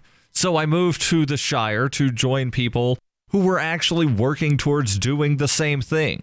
The people here are awesome, loving, and positive. It was for the adventure and for the feeling of something important is happening here. And I just wanted to come to sort of be part of that. Visit ShireSociety.com to read and sign the Shire Society Declaration and learn the reasons why, if you love liberty, you should immigrate to the Shire. Plus, add yourself to the Shire map at ShireSociety.com. That's ShireSociety.com. So you've heard all 3 hours of the latest episode of Free Talk Live, and you're still hungry for liberty-oriented audio content? Did you know that we have another 24/7 audio stream at LRN.FM? The Liberty Radio Network airs the latest episodes of some of the best liberty-oriented podcasts on the internet around the clock. In addition to recorded content, you'll also hear live shows like Free Talk Live, originating from our Keene, New Hampshire studio. So listen anytime at LRN.FM. That's LRN.FM. This Your Family Today tip is brought to you by Nestle Toll House Refrigerated Cookie Dough. Who would you bake some love for? Find fun and easy baking ideas at tollhouse.com. Kids love doing arts and crafts projects, especially when you join in. Try channeling all that artistic energy into the kitchen and bake up some creative treats together. Think of your art supplies as the frosting, sprinkles, and decorating gels, and use cookies or cupcakes as your canvas. For more tips like these, visit us at parenthood.com/yourfamilytoday. You can put the Liberty Radio Network on the air in your area. Visit broadcast.lrn.fm to learn how. Broadcast.lrn.fm.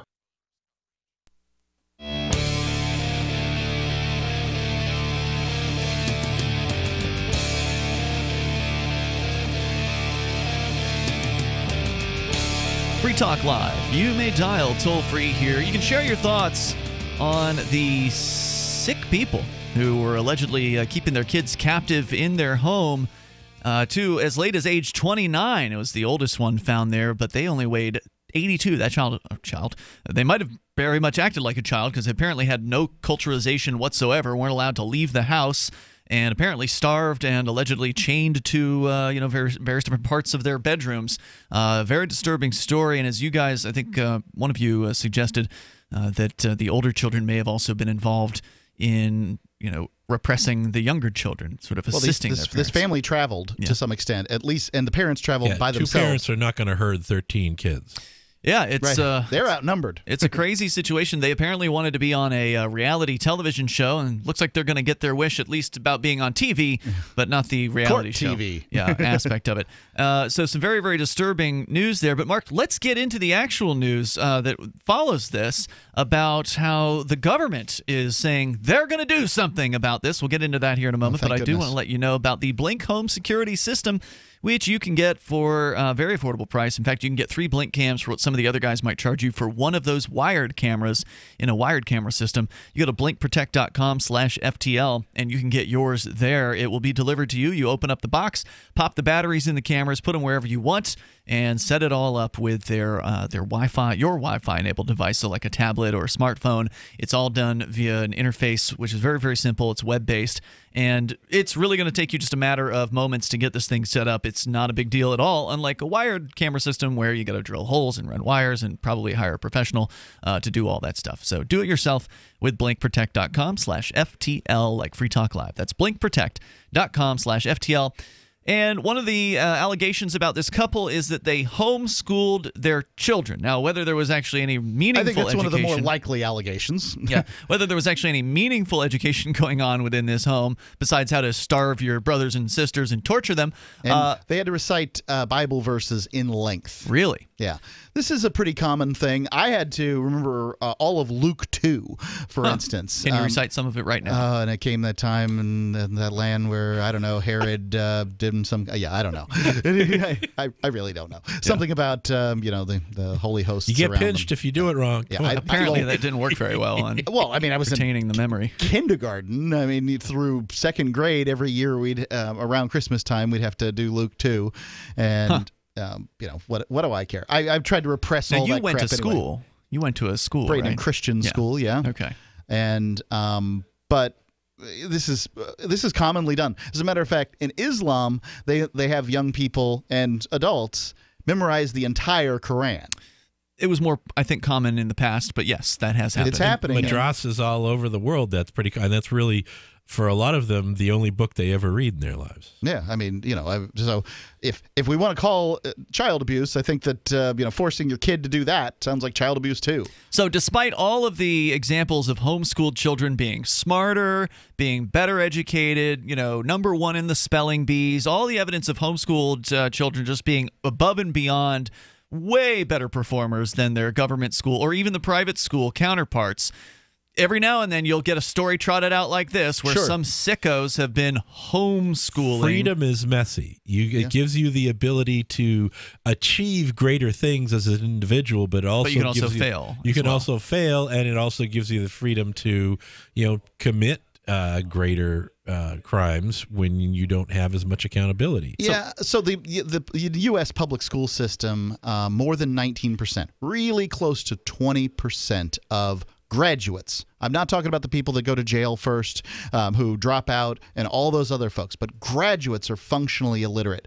For homeschooling to reach those depths, I don't know what it would take. So, I mean, at this point, and even the Federal Department of Education admits that homeschoolers' achievement in education far surpasses both public school and private school graduates at a much lower cost. And a lot of them are, the ones that are not kept in their homes and that are socialized are actually well socialized because they're able to interact more regularly with people of different ages, whereas with a government school, they're all sat in the same classroom with a bunch of kids exactly the same age range, and they don't have that sort of diversity of experience of being able to, interact with people of different ages, because that can help, I think, with achieving maturity sooner rather than later. So what's the story and where's it coming from out of California with these parents? This is a press release I got from this Jose Medina, Democrat, Riverside from California, trumpeting his solutions.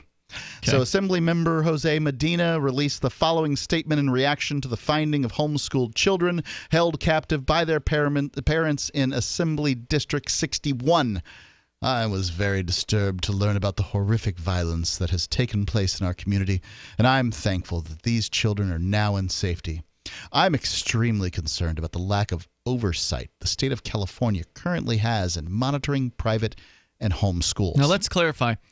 California is one of the worst states, from what we've read on the air over the years here on Free Talk Live, is one of the most invasive states as far as homeschooling, demanding to know what the curriculum is, what are you teaching your kids. So why didn't they know about the torture curriculum in this family? Right? And the other thing, so because they're so invasive, what about, this guy's going to propose some new level of invasiveness, which I'm sure we're about to hear about.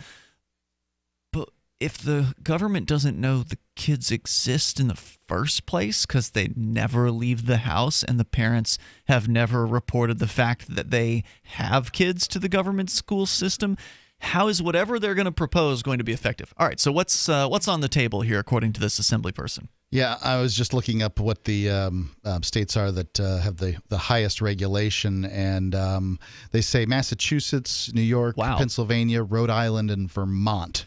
California's not on there. The highest. Okay. We've heard some bad stuff out of California. Yeah, New Hampshire's considered moderate, but I think that's a bit unfair in the way that because you homeschool here in New Hampshire. Yeah, I mean, my son's actually a resident of the state of Florida, as is my wife, because I find it to be a better idea to, have him be a resident in a state that he doesn't spend as much time in. Okay. Right? So the homeschool laws don't necessarily apply there. That's cool. Residency is, in large part what you say it is. In New Hampshire, that's allegedly a true statement. According to New Hampshire, Assistant Attorney General Bud Fitch, or a former Assistant Attorney General, residency or domicile is a state of mind when it comes to voter registration. So, yeah, the same thing applies to residency, I suppose. So not only does this Jose Medina, Democrat, Riverside in California, think that they should monitor homeschooling, but private schools too. Let's just sweep all this up at once. I've been in conversation with the Riverside County Office of Education, which agrees that we need to do more to protect our students and validate that they are in safe learning environments. They agree that they need more power and bigger budgets. Yeah, turns out bureaucrats want more power over you. Surprise, surprise, surprise. So oddly, for some reason, California, the most draconian state with regard to homeschooling, I don't know that that's true. Is not draconian enough. Well, that wouldn't surprise me. I can assure you that in the most draconian state for homeschooling, they do not think that they are draconian enough. There's more coming up here. Riverside, by the way, according to the Google Maps, is about 40 minutes drive outside of Paris. No, Paris, which was where these folks were living. But it's in the same district, I believe. Okay. More on the way. You can join us 855 450 Free Like Freedom here on Free Talk Live. Hawaii was a wake-up call. Don't be caught without a disaster shelter. Atlas makes an all-disaster shelter that will protect your family from fallout, tornadoes, and hurricanes for only $99.99. That also includes the NBC air filtration system, solid steel construction with an airtight, bulletproof door. That's right, for $99.99 and up. Call 1-855-4BUNKER or go to iwantthatshelter.com. Atlas Survival Shelters, the world leader in fallout shelters. Hunters, anglers, campers, and survivalists. Get back to nature. Expand your horizons with the highest quality, most versatile, unique slingshots and sling bows on the market at slingbow.com. Slingbow products are compact and models start from just $17.98. They're perfect for your bug out bag or storing in your vehicle. Give yourself and your loved ones the excitement and tradition of Slingbow, a new frontier in archery and truly modern twist on this primitive survival tool. Feel the thrill only at slingbow.com. So the protection of life, liberty, and property is what the Free State Project is all about. But it's an effort to move 20,000 people who understand. It's about demonstrating to the entire country that, yeah, we can have a free market, a truly free market. Making it just a freer, great place to live. It's the world's largest voluntarist libertarian community, and it's only getting bigger. That's amazing, to be able to move to a place where other people passionately believe in being free and independent. What the Free State Project is managing to do, though, is to put their money where their mouth is. Physically getting up across the country and saying, let's go someplace and let's demonstrate the power of these ideas. There's a lot of kind of philosophy that surrounds liberty. There's a lot of thinking about it and talking about it. But here in New Hampshire, people are doing it. 101 Reasons Liberty Lives in New Hampshire, a documentary by Free State Project Early Movers. Watch it free at 101reasonsfilm.com. 101reasonsfilm.com. What do you shop for that you could otherwise buy at Amazon? Pretty much everything, right? Amazon has competitive pricing and they deliver, and that's a big plus. If you could plan ahead in your shopping, would you be interested in saving up to 33%? There's a catch. You have to do your shopping in Bitcoin. But imagine those savings. It's like a huge raise. All you have to do is go to saveatpurse.com. We've saved thousands, and you can too. Plan ahead and save. Saveatpurse.com. LRN.FM is proud to announce our official listening apps for Android and iOS devices. Now you can easily tune into our streams anywhere, anytime on your smartphone or tablet. Just visit apps.lrn.fm or search for LRN.FM in the Android or Apple app stores. Please download, rate us 5 stars, then share the link on your social media, and let your friends and family know how you're listening to LRN.FM. Download it now, free at apps.lrn.fm. Never, ever send a follow-up email asking, "Did you get my email?" Email 101. If it didn't bounce back undeliverable, it got where you sent it. And avoid transmedia pestering, like calling to ask, "Did you get my email?" or emailing to say, "I left you a voicemail." If your emails and voicemails aren't being acknowledged, your problem isn't technology, it's technique. Is your message concise and understandable? Have you boiled it down to seem as relevant as possible to the recipient? In other words, is it the opposite of spam or junk mail? All of this really matters if you're a job seeker. But even if you're not, with money and attention so scarce now, effective communication skills have never been more important. For more tips, hit survivalspeech.com. I'm Holland Cook. Help get LRN.FM into more ears. Visit promote.lrn.fm for a free bumper sticker, flyers, banners, graphics, and more. Promote.lrn.fm.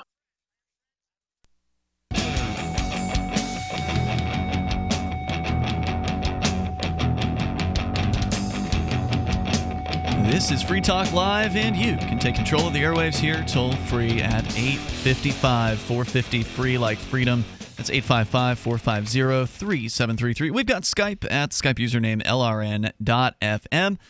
And you can also call us on the LRN Discord over at discord.lrn.fm. Dash is digital cash. It's a digital money platform designed to replace cash and help people manage their own wealth. I got the one of the bartendresses at a local watering hole / deli that accepts cryptocurrency today. Got her set up with her first Dash wallet. Sweet. I installed the Koinomi wallet on her Android phone and sent her $10 worth of Dash this afternoon at our cryptocurrency meetup. And she's been wanting to get that, so we got that done for her. And then she got a couple tips from some of the other guys there, because it's super easy to get somebody started with Dash. It's a lot cheaper to send Dash than to send Bitcoin, which, while Bitcoin's fees are down somewhat, they're still hundreds of times more than the fees to send Dash. So you want to get somebody a cryptocurrency that's easy to move around. Dash is definitely one of them. You can learn more about Dash over at dash.org. It is decentralized, of course, and run by users who earn rewards for helping run the network and make governance decisions. And anybody can invest in Dash and earn rewards for helping run the Dash network. You can help create a better financial system for everyone today by joining Dash at dash.org. There's a lot of momentum behind Dash right now. Go to dash.org and you can find out why. We'll continue here, actually going to California, where Surf Daddy is on the line, calling in reference to the sick people who were allegedly torturing a bunch of kids that they had. Keeping them locked up in their home, keeping some of them chained to beds, allegedly starving them as well. Go ahead, Surf Daddy. You're on Free Talk Live. Hey, guys. How you doing? Hey, welcome. Hey, you guys started touching on the subject that I had mentioned to my wife right off the bat when I heard this report about last week sometime when it actually happened. And I told her that, you watch, there'll be some politicians that'll get up and talk about how we need to fix this and start railing against homeschooling. And that is what has happened here. I don't know if you're on a speakerphone or something, but the connection's kind of wobbly as far as how we're able to hear what you have to say. But yeah, that's Mark. You've got that story where there is a California assemblyman, and is assemblyman the same thing as a state legislator, or is this like so it's not like the Los Angeles County. Right, a state assembly is like the state legislature, or state house of representatives. Jose Medina, Democrat, Riverside. And he's got a proposal to, mandate that people... I don't know if we've gotten to the specifics of right. this. He says, just going on here, he says, I've been in conversation with the Riverside County Office of Education, which agrees that we need to do more to protect our students and validate that they are in safe learning environments. I'm looking into introducing a bill this year that would provide a legislative solution and prevent a situation like this from occurring in the future.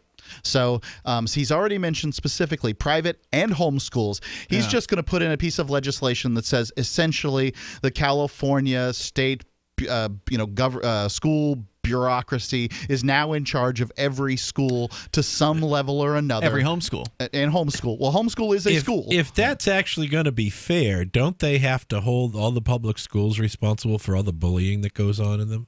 I think that there's a government agent, so they're immune from responsibility. Yeah, the best thing about this is, the funniest part about this is the, when you take into consideration that in government schools, 20% of graduates are functionally illiterate. What this Nimrod, this nincompoop, this malcontent, this public school graduate is suggesting is that we take the least successful educational organization in the state and put it in charge of the most successful educational system in the state and call it good. Yeah. Surf Daddy, that's just dumb. Surf Daddy, you still there? Go ahead. Yeah, yes, I am. And I do know quite a few people that have their kids homeschooled for various reasons, none of which that I know are for religious reasons. Yeah, I'm sorry, Surf Daddy. We're having a real tough time hearing you. I'm going to have to thank you for the call tonight. You might want to check out Skype or Discord as perhaps better options to contact us. I apologize. I did want to hear what he had to say, but I couldn't. Yeah, I could barely hear him. The toll-free number here is 855-450-FREE like freedom. That's 855-450-3733. So what he said there, that he's going to put a legislative solution into place that's going to prevent this from happening in the future. Well, to help prevent certain circumstances, which, of course, if he puts a solution in place, there will not be a control group, so you will never know whether or not he was successful. He didn't say help prevent. Can you read the exact quote one more time if you happen to have it still in front of you? Yeah, that solution, let's see, would provide a legislative solution and prevent a situation like this from occurring. He's going to just straight up prevent situations like this from happening. Politicians say things like this all the time. Impossibility. He's going to write a law, a piece of paper with words on it, and that's going to stop abuse from happening. It's now that's magic. Pretty impressive. That is. He should write a law that prevents rape in the bathrooms of public schools. I heard, oh wait. Maybe if we outlaw murder, that'll stop too. Yeah. So, I mean, obviously, he can't do that, and that's ludicrous. Yeah. This is grandstanding. It's political grandstanding. But it's what it is it's the teachers union getting one of their shills to press through their legislation because, I mean, basically that's what this comes down to. Look, I'm not against teachers. I'm not against education.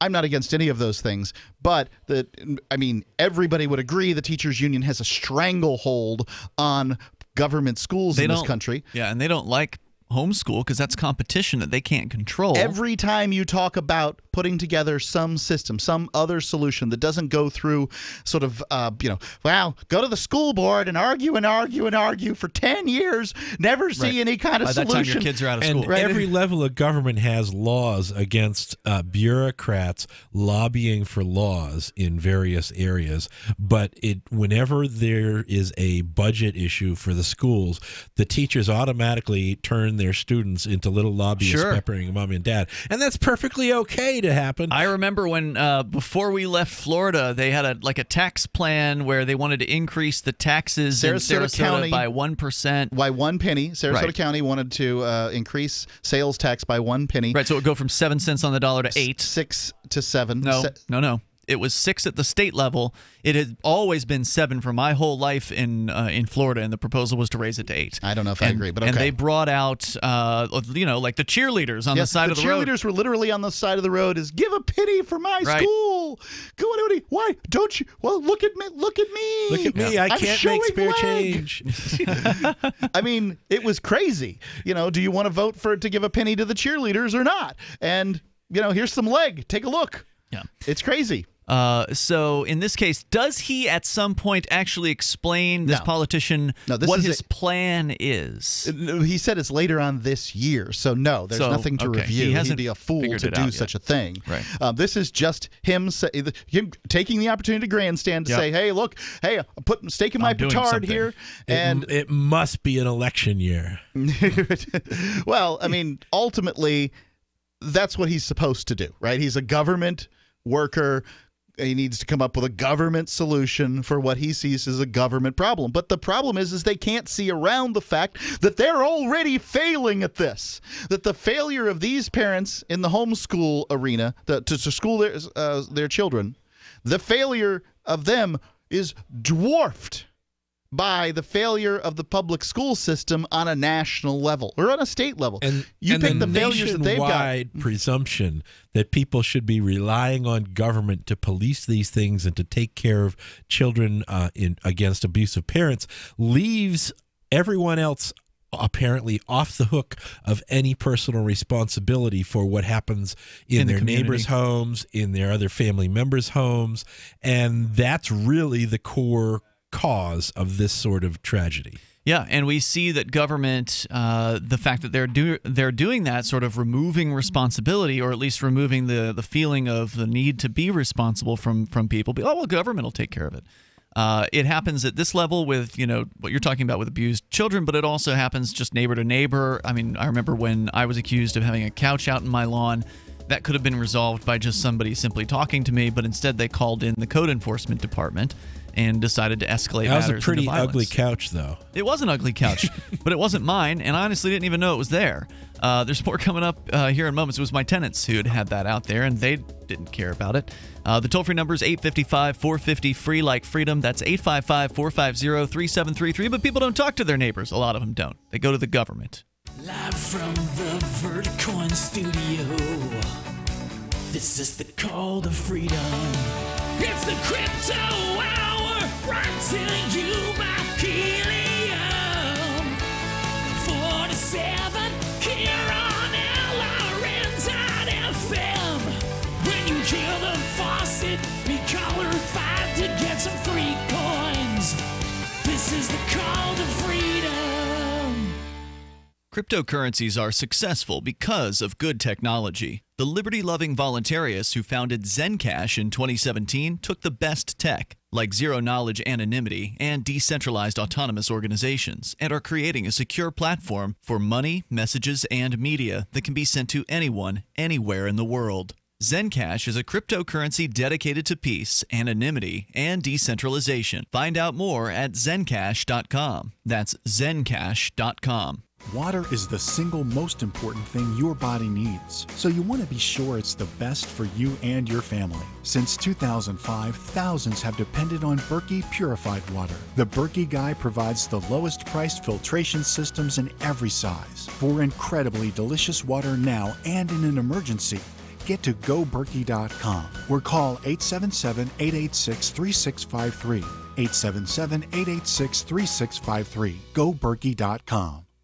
Hawaii was a wake-up call. Don't be caught without a disaster shelter. Atlas makes an all-disaster shelter that will protect your family from fallout, tornadoes, and hurricanes for only $99.99. That also includes the NBC air filtration system, solid steel construction with an airtight, bulletproof door. That's right, for $99.99 and up. Call 1-855-4BUNKER or go to iwantthatshelter.com. Atlas Survival Shelters, the world leader in fallout shelters. Free Talk Live. The DEA doesn't dabble with users. They go after the big dogs. Yeah, and I'm certain they have dabbled with users, and they would if they thought they could The get DEA? something.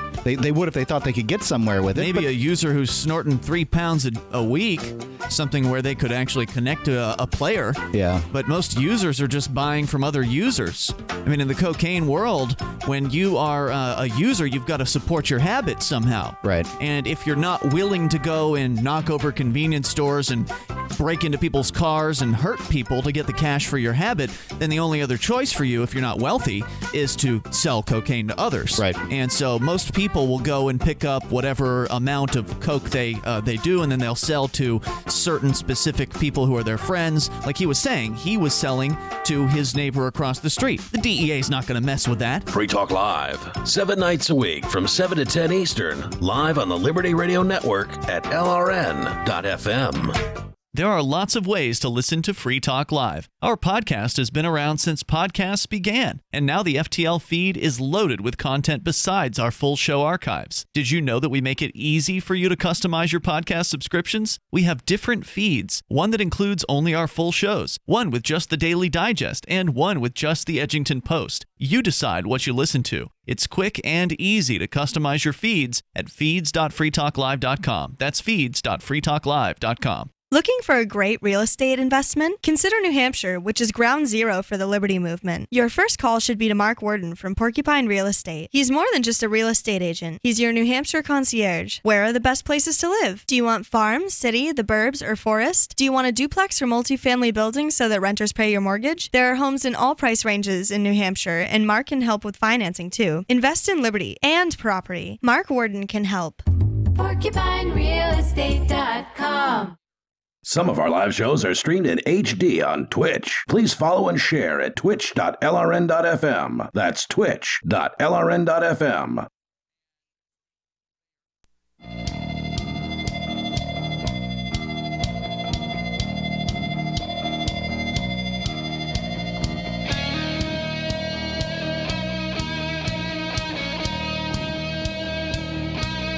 This is Free Talk Live, and you can bring up anything that you want here. Our toll-free number is 855-450-FREE like freedom. That's 855-450-3733. Here tonight, it's Ian, Mike, and Mark. And you can join us online. Just head on over to freetalklive.com and enjoy the features on the site. We give them to you. One of those features is our brand new video streaming. We've had video streaming for a few years, several years. I don't even know.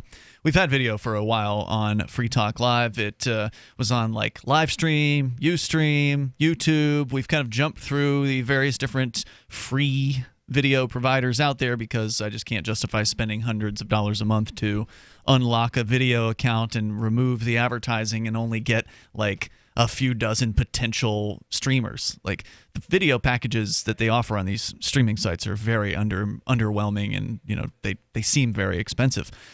So we've actually we're cut off of YouTube recently due to some sort of mysterious violation of their community standards, which probably had to do with a copyright violation on one of the other shows on LRN.FM, because we don't have any copyright music on this show. But the LRN stream was 24/7, and so something happened. The stream got cut, and I went in and I logged in, and that's when I found out about it because somebody had told me, yeah, you guys are off the air on YouTube. I said, what? So I went in there, and it said, you're cut, you're banned for a month from live streaming because you violated our terms of service or community standards, but we won't tell you when. And we won't tell you what. My guess is too many close-ups of you. So I had no... you know what you did. Yeah. Right. And I love that. So immediately, I started thinking, all right, well, what are the other options out there? I don't want to go back to Livestream. I don't want to go back to Ustream. Those guys aren't that great. And somebody had suggested Twitch. So I was somewhat familiar with Twitch, having had checked it out within the last couple months. And so that's where we are now. We're live streamed on Twitch. We do still have a YouTube channel that does have a lower resolution version of the show that it does get streamed to. But if you want the HD 720p version of the program, which has never existed, in this time frame, it now does exist over at Twitch. It seems to be much more popular too.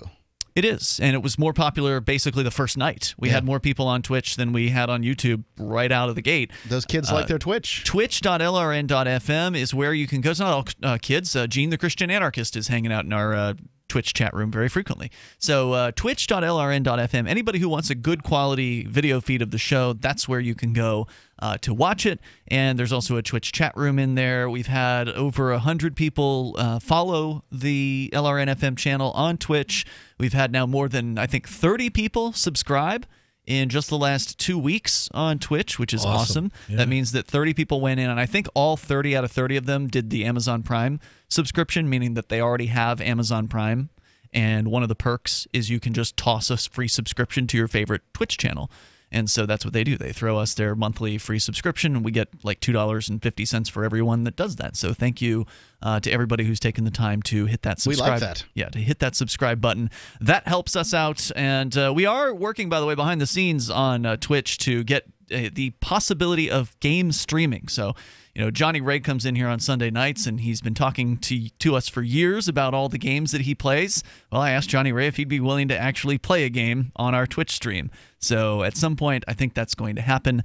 I got the video capture card set up over the weekend for that purpose. So if this becomes an esports channel, does that mean I become an athlete? This whole esports I'm afraid thing, that's a downright lie. I was actually reading. I'm glad you brought that up though, because I was reading an article yesterday. It was just too long for on air, but it was interesting. It was about this esports phenomenon, which I am completely. I mean, I grew up on video games. I like gaming. I just don't spend a lot of time on it these days. And I'm disconnected enough from it to where I don't realize just how big this esports thing is. Apparently, it's very, very popular. Huge. Have you ever seen any of this stuff? Yes. Oh, yes. I mean, a lot of it is, there's guys that are just playing these combat games, all kinds of games, and they'll have teams frequently, and you hear them talking with their buddies and the tactics and everything. This article said they fill Olympic stadiums. Yeah. So I've heard. Yeah, and they're making six figures out money off of esports on YouTube. I mean, it's huge, amazing. Yeah. I mean, I guess it makes as much sense as somebody watching a football game, right? You're watching It's somebody just as play a uninteractive. Yeah. You're watching someone play a game. Personally, I'd rather see the football game than I would the esports game, but nobody asked me about my opinion about their hobby. So I would say that, pressing the buttons for a couple hours playing an esports game might actually burn more calories than standing in the outfield in Yankee Stadium. So you're arguing there that maybe some of the esports players are actually more athletic in some ways than actual sports players. I don't know about that, but it is fascinating to see this. One thing's clear is that athletes. Professional level athletes are where they are because they got lucky as far as the genetic lottery goes in many cases. Well, and practice. And hand-eye coordination is an athletic ability. Sure. You got to be able to catch that football. Age and genetics preclude me from being a world-class athlete of basically any sort, maybe curling. But, I mean, that's it. There's no going back. There's no practice isn't going to make me be able to throw a football accurately at 45 yards. It's just not going to happen. Right. So... these guys that are playing these esports games, I think that they probably have, a few more midichlorians or, synapses or something going on. They're able to process just a little faster than the average person. I mean, as somebody who actually likes video games and has watched people play them on the internet, like on YouTube with the React channel or on Twitch, watching people play games, I realize why that is such a big phenomenon because, there's nothing wrong with watching somebody else play. You don't have to invest your own time and your own money into the game. You can sort of learn whether you like a game, whether... Yeah, I see it from that standpoint, sure. There's a lot of reasons why people watch. Some people watch for the reactions of the gamer, like maybe the person that's playing. And some of them are entertaining individuals. That's what I mean. The reactions of the gamer is entertaining. I first came across this phenomenon when just for some reason a few years ago I got invited to watch some live streaming by actress Adrienne Curry, and I don't recall what the heck this actress has any particular notoriety for, but she was complaining about her boyfriend who works all day as an esports athlete. Okay. And makes more money than she does as an actress. It's amazing. And I think my son watches these videos of people playing video games and talking.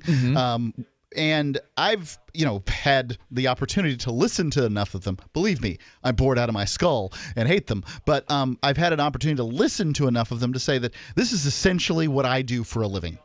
These people are talk show hosts. Sure. Yeah. There's really no other way to describe it. They're talking about something that you can experience as far as video and that sort of thing goes. I'm not interested in the game, but they're talking about all kinds of things in sort of the interim as they're walking down the trail or whatever it is they're doing in the particular video game. They'll bring other stuff in. And, yeah, I mean... That's what it is. He's watching a talk show. Right. Like I can understand. And this, as somebody who really isn't a sports fan at all, I also would not be a esports fan either. Like I still don't, even though I like video games, to me it's still a complete disconnection of liking gaming and understanding why and liking watching people play games, but I still wouldn't want to actually go to a stadium and sit there and watch as people sit there and play video games on gigantic, screens. Well, you're not really watching them sit there. You're watching their avatars play in the game. Sure, but I can go and watch that on 1,000 channels right now on Twitch. But you wouldn't go do anything at a stadium. I mean, there's just about nothing besides a Bitcoin conference or a Liberty conference that would get you to a stadium. Yeah, that's what I'm saying. I'm not a sports guy, and so the fact that they're video games... I've got YouTube fans. There's YouTube videos that I watch. I can think of a couple of people that if they came to Keene at the Colonial Theater, you'd go see them. I'd pay the ticket price to go see them, have a chance to press the flesh and talk to them. Yeah, sure, I'd do that. They're not doing the same thing, though, in the esports, are they? They're not commentating, are they? Isn't it just they're playing the game and they're focusing on that and that's it? Because whereas with Twitch, it's commentary kind of a lot of it. If you're really into the game, they do interact quite a lot with other players. Often they've got a team. Is there trash talk? Like, F you! Yeah, oh yeah, all kinds of stuff like that. Yeah. I obviously don't know. Yeah, I've never actually seen it. I just sort of know that the phenomenon exists. But anyway, the article was interesting because it was about how Vegas is trying to turn itself into the esports hub, like the place you go. Can bet on those. Exactly. That was what one of the major factors was that you could also have betting at the same time as having these huge arenas and things like that.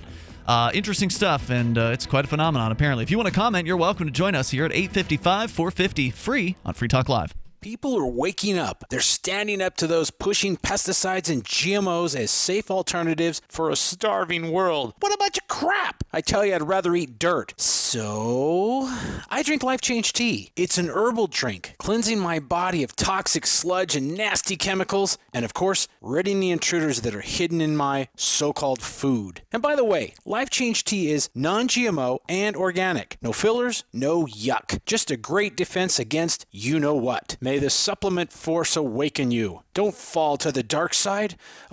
Sorry. I went to the movies last night. Anyway, enough said. How do you get that herbal drink and change your life? GetTheTea.com. That's GetTheTea.com. You will awaken. You will get stronger, and you might even lose a bit of weight. So awaken to Life Change Tea and the many one-of-a-kind supplements at GetTheTea.com. That's GetTheTea.com. May the supplement force be with you. Are you tired of governments murdering people around the world? Stop using their money. There is an alternative. Bitcoin is a stateless free market non-political currency. Bitcoin cannot be inflated or controlled by any government. By using their money, you are helping the state. Stop doing it. You have an incredible alternative available now. Learn it, use it, spread it. Get started with Bitcoin at Bitcoin.com. That's Bitcoin.com. LRN.FM now has a Discord. Discord is a free text and voice chat platform, and we now have our own server with a bunch of channels at discord.lrn.fm. You can join other listeners as they chat about various things during our live shows, or anytime, day or night. Discord software is available cross-platform, so you can have it on whatever device you want and take your chats anywhere. Join our Discord at discord.lrn.fm. That's discord.lrn.fm. You're listening to the live edition of Free Talk Live. Hour number 3 is next after the news here on the Liberty Radio Network at LRN.FM.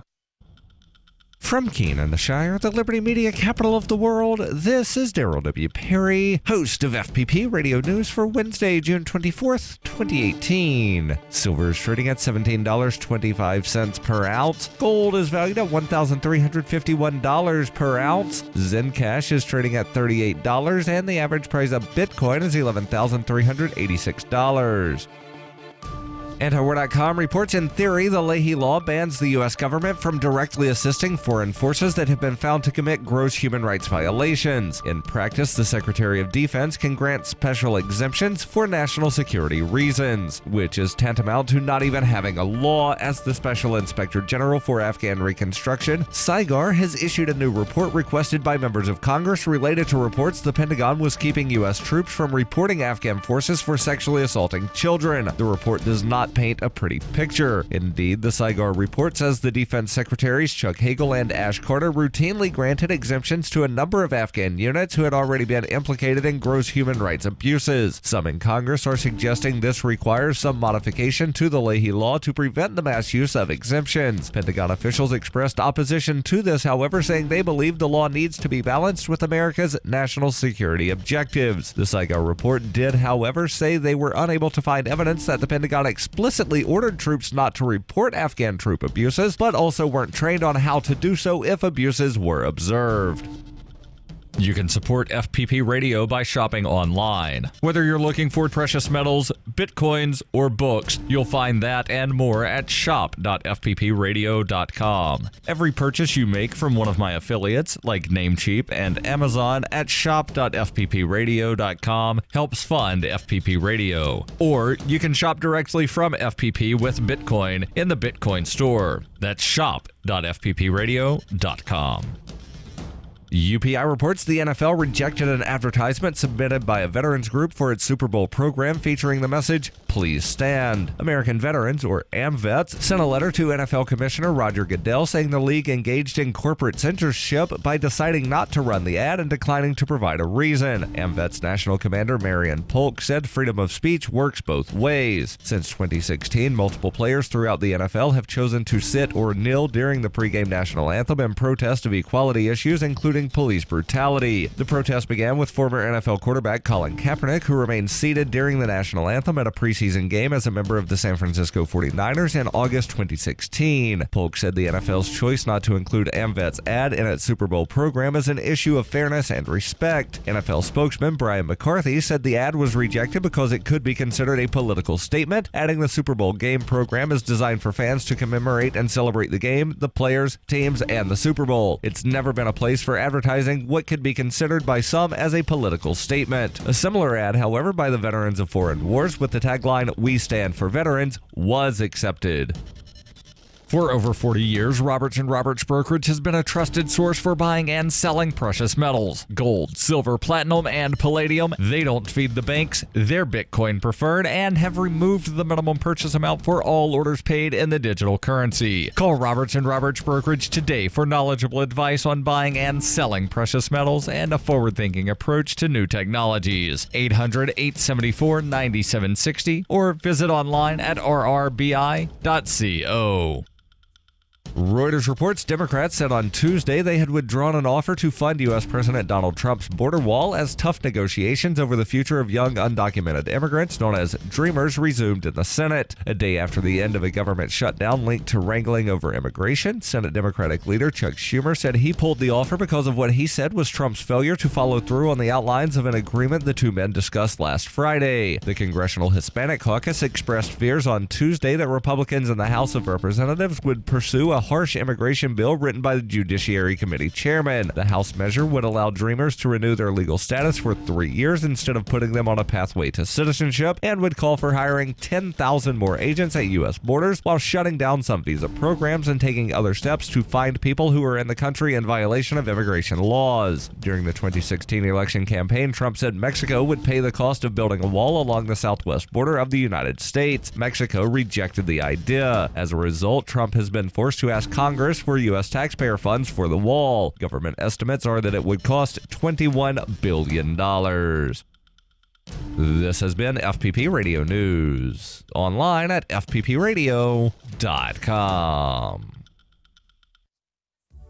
At Greyhound, we're committed to providing our customers with an exceptional travel experience, and that's why we've outfitted our 2014 line of motor coaches with new deluxe roadway seating that's moderately less disgusting than our traditional fare tickets. For a flat surcharge of $35, customers can upgrade to our exclusive deluxe seating area, where select seats have been refurbished with premium upholstery, boasting significantly less crumbs and Wendy's bags stuffed between the seats, guaranteed to leave you somewhat less repulsed than you are normally. Relax in the comfort that when your feet stick to the floor, they'll be sticking to up to 65% less indeterminate dried fluids. Passengers who upgrade to our elite seating experience will have the option of personalizing the garbage surrounding their seat with a pre-ride selection process, as well as a priority boarding feature where they'll be able to settle into their high-end motor coach accommodations without having to navigate through a crowd of inebriates, ex-convicts, and the morbidly obese. And from all of us at Greyhound, happy travels. This is the Onion News Network.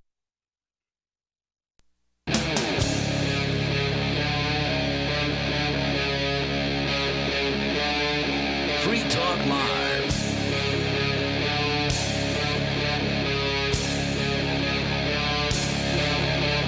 It's Free Talk Live. We're launching into the third hour of the program. You can join us here. Our number is 855-450, free like freedom. That's 855-450-3733. We've got Skype at Skype username LRN.FM, and we also have an on-air call-in line in our Discord, which you can join at discord.lrn.fm. Joining you in the studio, it's Ian, Mike, and Mark. We're going to go to your phone calls and thoughts, and then coming up, Montana apparently is deciding to bring back net neutrality. What is all that about? We'll explain. But first, Ricky is on the line in the Commonwealth of Pennsylvania on Skype. Go ahead, Ricky. Thank you, that brother. And I really appreciate that. You know what's funny I generally don't speak about myself, but you're talking about. You talk about yourself every time you call the show. I say that sounds a bit different from what we're used to hearing from you there, Brother Ricky. I don't know about that there, Brother Mike. Now, the fact of the matter is, I have to admit, and I'm saddened by it, I was taught as a statist, even though I'm from the Commonwealth of Pennsylvania. Doesn't surprise me at all. It's not like Pennsylvania is some kind of bastion of freedom. No, but I will tell you, my parents, may they rest in peace, were taught differently. But I'll tell you what's interesting. And going to homeschooling, yeah, definitely they should be homeschooled. Now, in my case, by the time I was 15, they turned out an anti-federalist. I remember the young people, when I was in the early grades and they started first talking about the ratification. This is Pennsylvania. It's like you blink, you could have missed it. The ratification of what amendment there, Brother Rick? No, the ratification of the Constitution of the United States of America. And what about it? When Pennsylvania ratified. Basically, that as far as Pennsylvania's involvement in anything, and that includes, they never talk about the Civil War. Not at our time, they didn't. You didn't talk about that, I was really disappointed throughout the schooling years. You didn't learn about the Civil War when you were going to school? They didn't talk about it. They talked about it, but they didn't talk about the South's point of view. It's like but who taught you about the war of northern aggression there, Brother Rick? Mm-hmm. Ricky from the Commonwealth. Well, partly too, but also my parents. My parents were something. You got to understand, for the most part, I was self-educated. When I was in kindergarten, I was already at second grade level. By the time I was in the sixth grade, I was already in most subjects at a college level. My answer to school was, they hated me. They would have loved me to go away, but I was too smart to play hooky. I drove them crazy. I would go to school. 90% of the time, I didn't do the work. I knew how to work my grades better than anybody. Well, you are just the best student ever, aren't you? Now, I say, what's the big idea?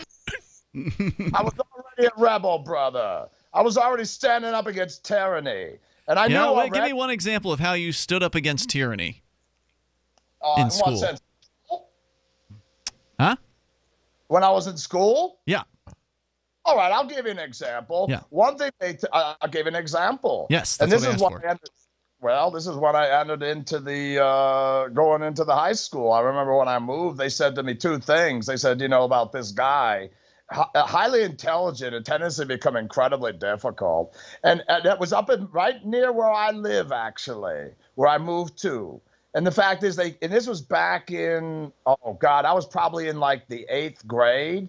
Now, the fact of the matter is, what did you do to stand up to tyranny in school? The auxiliary tennis court. Now, get this. The taxpayers paid for an auxiliary tennis court for faculty that students couldn't use. I started rallying the students around and all that and started getting all in trouble. Good job. And what did you do rallying the students around? Basically, we're all standing up and saying we should be allowed to use it. Did you have a sit-down protest in the tennis court? In the tennis? That's a good idea. Do you play tennis? No, I don't play tennis. Okay. And the thing is, they nipped me in the butt. Well, that's good. That means he was standing up for the rights of the people who do play tennis in that particular case. But what did you do exactly? I like Mike's idea. Really, it's the taxpayers that got bilked here. And do the students really need another tennis court? Well, they built the damn court. Blow it up. Take chunks out and send it to each taxpayer. Violence isn't the solution, but... I will have to say that the tennis courts at my school are used for parking the school buses, so maybe... Really? Yes. Worse. I got an even That's worse. That's a practical use of a tennis court. Well, I got one even worse than that. Now this whole deal cross country, the way they do the school taxes. You see, that school where I moved to, where I have my residence. The fact is, it started there. The fact is, they found a hole. The school district, because the state runs a damn school district, they found a in the write-up and took it away from the damn township for several years. What did they take away? The taxes. They actually took the damn taxes from the township. It was wrote up in the paper. Wait, when you say they took the taxes away, does that mean that the people of that township didn't have to pay taxes? No, the school now controlled the taxes for several years. You had to send your checks to Philadelphia. They want all the money, too, right up front. That sounds really crazy. Hey, Ricky, I heard the people in the chat room last night were poking fun at you on the LRN Discord. Were you there for that? Up for what? Yeah, it looked like you came into the chat room last night. Was that you said that you're in the LRN Discord at discord.lrn.fm, right? I don't think I went in last night. So it is an imposter then. It must be, because we all know Brother Ricky is an expert on Windows.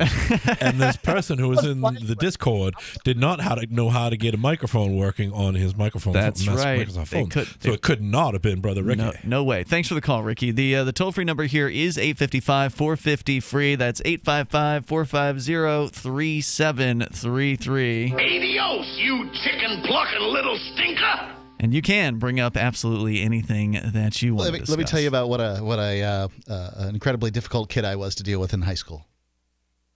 You're actually listening because it's boring. That's what I was suggesting. So you weren't difficult to deal with in high school? Generally, no, but I did get in some trouble here and there. You probably don't think you were difficult, but I'm sure your teachers thought otherwise. The dean had more than one meeting with me. Okay. So you were a little bit of trouble then. Yeah. There were times. There was an incident where I was caught allegedly having stolen a test. And then distributing that test to everybody that was in that period. Nice. Yeah. Nice. That's great. Allegedly. Right. Well, you can say you did it now, Mark. They're not going to come after you. I think the statute of limitations is over. The girl that claimed that I did such a thing is now a manager at a Dunkin' Donuts in Sarasota, Florida. High achiever. Yep. So the toll-free number here tonight, 855-450-FREE like freedom. I was also on a first-name basis with the principal at my school, and it wasn't because we liked each other. Yeah, it's because you're an a-hole. It's because I don't like people telling me what to do. Exactly. I think fifth grade. I think they're the a-holes. I must have spent at least half the year in detention in fifth grade. Is that right? Yeah. Did they have Saturday school up here? No. Okay. But my mother would not come pick me up after detention. And I had to walk home from and in the wintertime. Even in 2 the wintertime. miles. 2 miles. Way, yeah. I went to Saturday school on a couple of occasions in Florida. And I don't remember what it was for. I don't remember what I did to... I know I had to go too, but I don't remember what it was for either. Yeah. Anyway, toll-free number here, 855-450-FREE. According to RT, Russia Today, RT.com, following the repeal of net neutrality by the Federal Communications Commission, Montana's governor, Steve Bullock, has now brought it back to the state through executive order. The order says that any internet service provider with a government contract cannot block or charge more for faster delivery of websites to any customer in the state. Quote, if you want to do business on Montana, the Democratic governor told the New York Times on Monday when he signed the order, saying further there are standards on net neutrality that you will have to follow. And we all know what a thriving technology hub Montana is. I don't know much about Montana. I've never been there. Well, it is a bit sparse. Yeah. And population's kind of low. Kind of low. Not a lot of technology going on. Plus, it does say here that internet service providers with government contracts can't block websites, can't, throttle delivery. So will an ISP say, no, we're not going to do business with the government? If it means they can make more profit by not doing that, then they would say they won't do business with the government. Let's see what happens. The toll-free number, it would be interesting if the government had their internet shut off completely as a result of this. More coming up in moments. You can join us whether you want to talk about net neutrality or whatever's on your mind. It's Free Talk Live. I got my Blink home security system delivered right to my door. I downloaded the app and it walked me right through the easy setup. Even with my complicated router system, I was done in like 10 minutes. Now it notifies me whenever something moves in front of the wireless cameras, or I can just check it whenever I want right from my phone. And I got you a deal. Get 3 Blink cams for what the other guys charge you for 1, plus an extra 10% off. Visit blinkprotect.com/FTL. blinkprotect.com/FTL. blinkprotect.com/FTL. Thinking about getting into cryptocurrency? It's time you looked into Dash. Dash is digital money that you can use to send instant and private payments anywhere for pennies. Dash offers a decentralized network where miners are rewarded for keeping it strong and safe. Dash has made a huge impact in the crypto world. Start your journey. Check out Dash.org for more information. And get in now on the future of cryptocurrency. Dash.org. You've heard of Bitcoin Cash, but did you know there's now a Bitcoin Cash wallet? The Bitcoin.com wallet is a simple and powerful full-featured Bitcoin Cash and Bitcoin Core wallet that allows you to send and receive either currency with anyone, anywhere in the world. The Bitcoin.com wallet supports both single and multi-signature wallets and is available in multiple languages. The Bitcoin.com wallet is available for Android, iOS, Windows, Mac, and even Linux. Learn more at Bitcoin.com. That's Bitcoin.com. Cryptocurrencies are successful because of good technology. The liberty-loving voluntarists who founded Zencash in 2017 took the best tech, like zero-knowledge anonymity and decentralized autonomous organizations, and are creating a secure platform for money, messages, and media that can be sent to anyone, anywhere in the world. Zencash is a cryptocurrency dedicated to peace, anonymity, and decentralization. Find out more at zencash.com. That's zencash.com.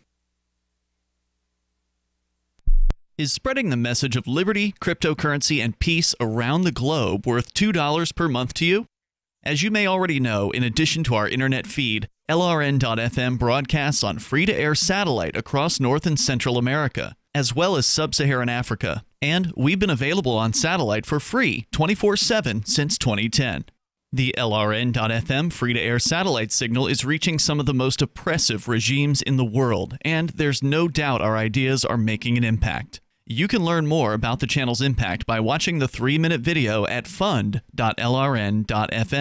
If you'd like to help free minds globally with our ideas of liberty, cryptocurrency, and peace, you can donate as little as $2 per month via fund.lrn.fm. You can help us continue and expand our satellite broadcast to multiple continents. Visit fund.lrn.fm today, and thank you for your help. Don't forget to share the link on social media. That's fund.lrn.fm. The 3 most important things you can do for Free Talk Live are: 1, share 1 episode a week on Facebook or in some other social networking site. 2, buy the things you buy online through shop.freetalklive.com. 3, give $5 a month to the AMP program. It's my firm belief that Free Talk Live's AMP program is the best use of your charitable dollar among liberty-oriented organizations. Support all the organizations you love, but make sure you give $5 a month to AMP at amp.freetalklive.com.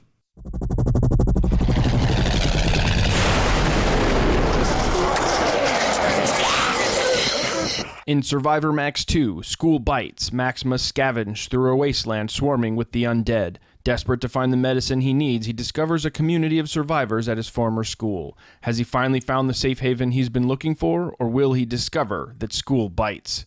Look for Survivor Max on Facebook, read reviews on Amazon, and read Chapter 1 at survivormax.com. Love what we do? Please help support our international satellite channels at patreon.lrn.fm. That's patreon.lrn.fm.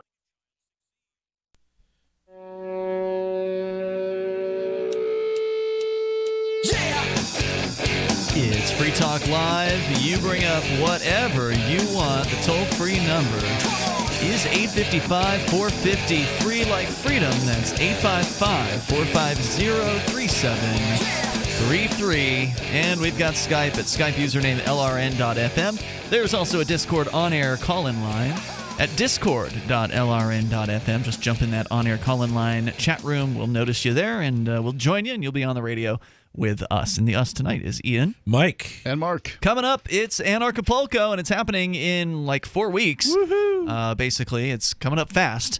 And if you don't have your tickets already, well, sorry, it's too late this time. They are sold out. They're not going to come bring up another block available like a lot of these places do. It's sold out. They are going to have like 3 to 4 times as many attendees in 2018 as they did last year. And last year, there were probably, I mean, I'm not great at estimating crowds. I'd say 400 or 500 people at least at Anarchapulco last year.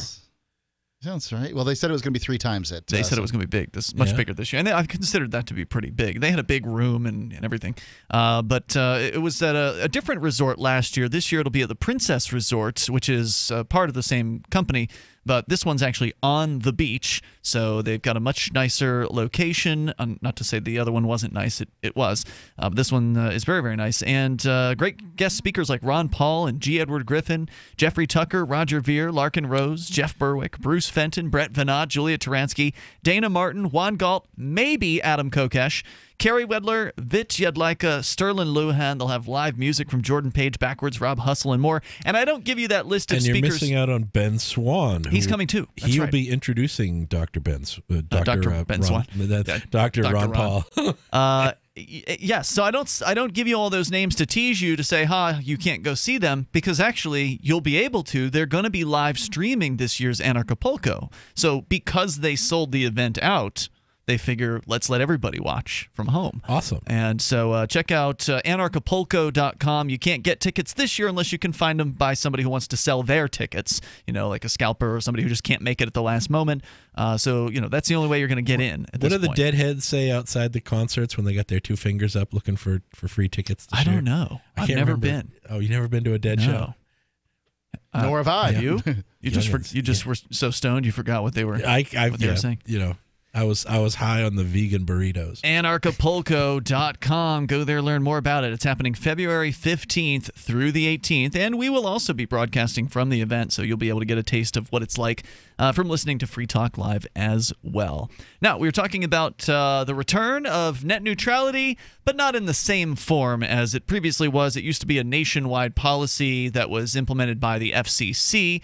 This year, the new FCC repealed the previous FCC's policy, and there, of course, was all this hubbub about how the internet is, going to die. Note there had never been any congressional authorization for net neutrality. It was just something that the FCC did. That the FCC did under Obama, and they didn't have any legislative imprimatur to impose it. Nor do they have that in Montana, where the governor has signed an executive order. So once again, bypassing any kind of legislative process. Another Democratic governor being quite undemocratic.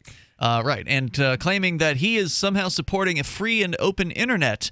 Now, this, I think it does behoove us to discuss what net neutrality supposedly was or is, and that is the idea that the government should somehow level the playing field in the unfair playing field that it created in the first place by restricting competition in the market. But regardless, to level the playing field by forcing all internet service providers to treat all packets equally through their system. And here's a very good analogy to explain in a critical manner what net neutrality is about. Net neutrality means that your kids' cat memes getting sent across the internet are supposed to be legally treated as important as the emergency lung x-rays of your grandma at the emergency room. That's one way to look at it. Although the odds are internet service providers would have no way of discerning between one of those things or the other. No, but they could prioritize, depending upon the company that they're coming from or the customer they're coming from, has a higher priority. Good point. They could prioritize a hospital's IP address or something like that. But the people who are against net neutrality would make arguments claiming that that without this protection, supposed protection in place, that greedy internet corporations like Comcast or then Time Warner would restrict certain websites from being able to stream video to you on a decently fast basis, and so it would be constantly buffering unless that website were to pay Comcast to give them a higher tier of service to ensure that they had delivery to households. And such fees are essentially market signals that are supposed to reward people who are efficient in bandwidth use and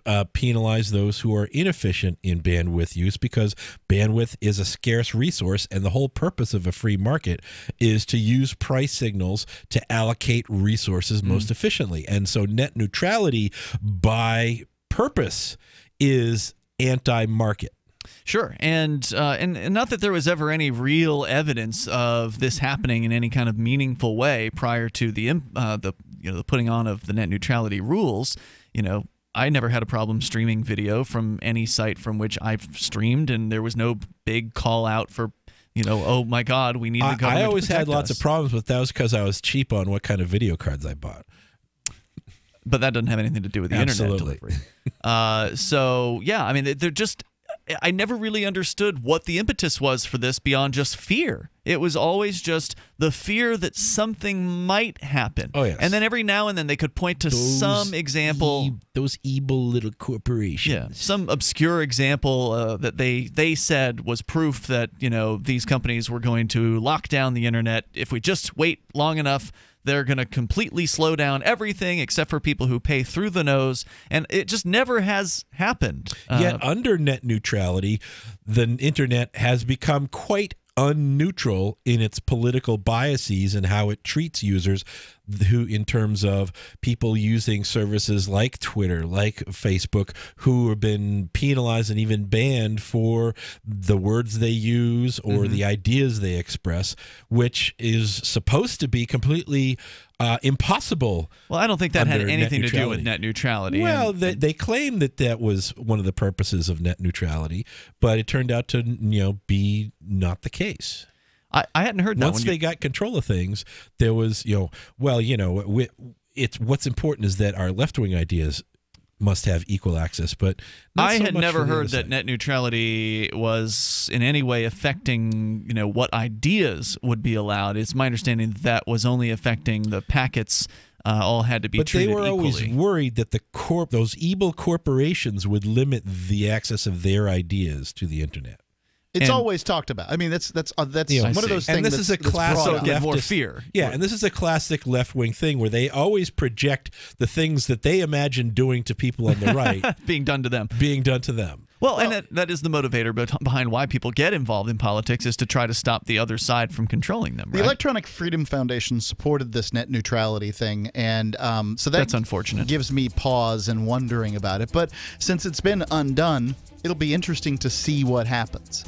If it does, in fact, devolve into this corporatist situation, then there'll need to be some steps taken, because I don't think anybody wants that. Right. Well, what we saw right after the net neutrality repeal, or right around the time when they repealed it this year, was a lot of talk about creating alternative internet service providers. How about we abolish geographic monopolies on cable services and other internet services? Water is the single most important thing your body needs, so you want to be sure it's the best for you and your family. Since 2005, thousands have depended on Berkey purified water. The Berkey Guy provides the lowest priced filtration systems in every size for incredibly delicious water now and in an emergency.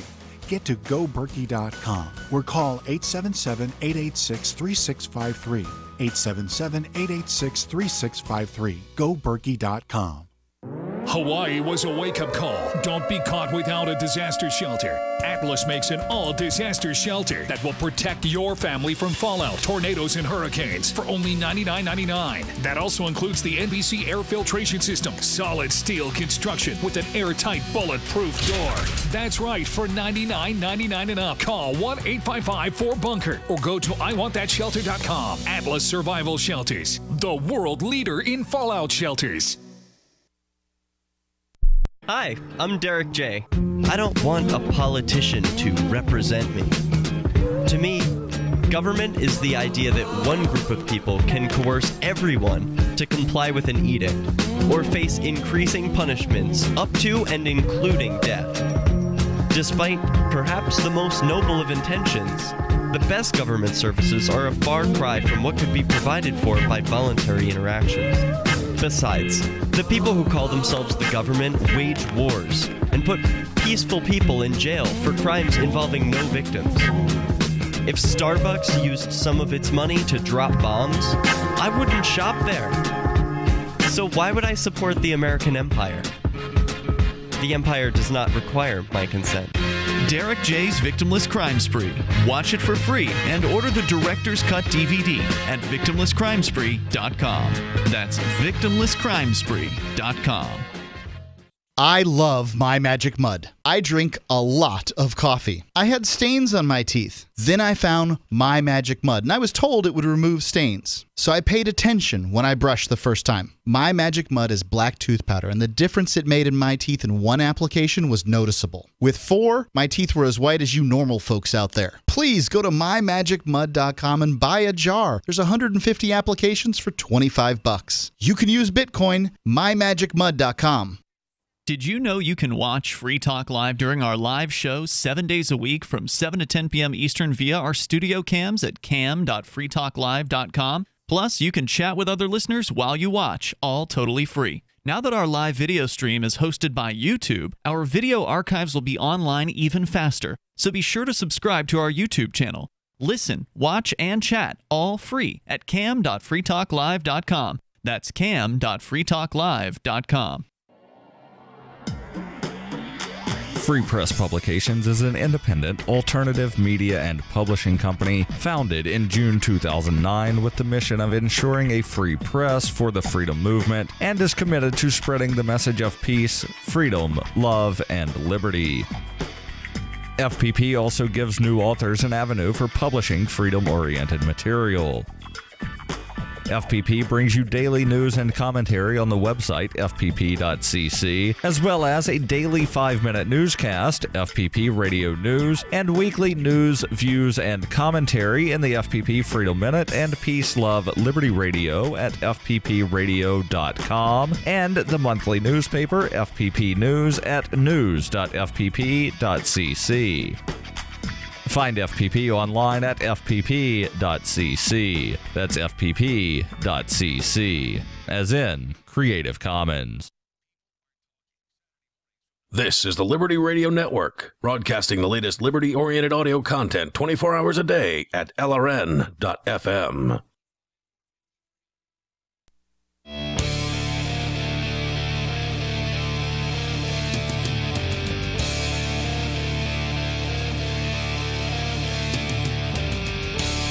This is Free Talk Live, and you can bring up what you want. The toll-free number is 855-450-FREE like freedom.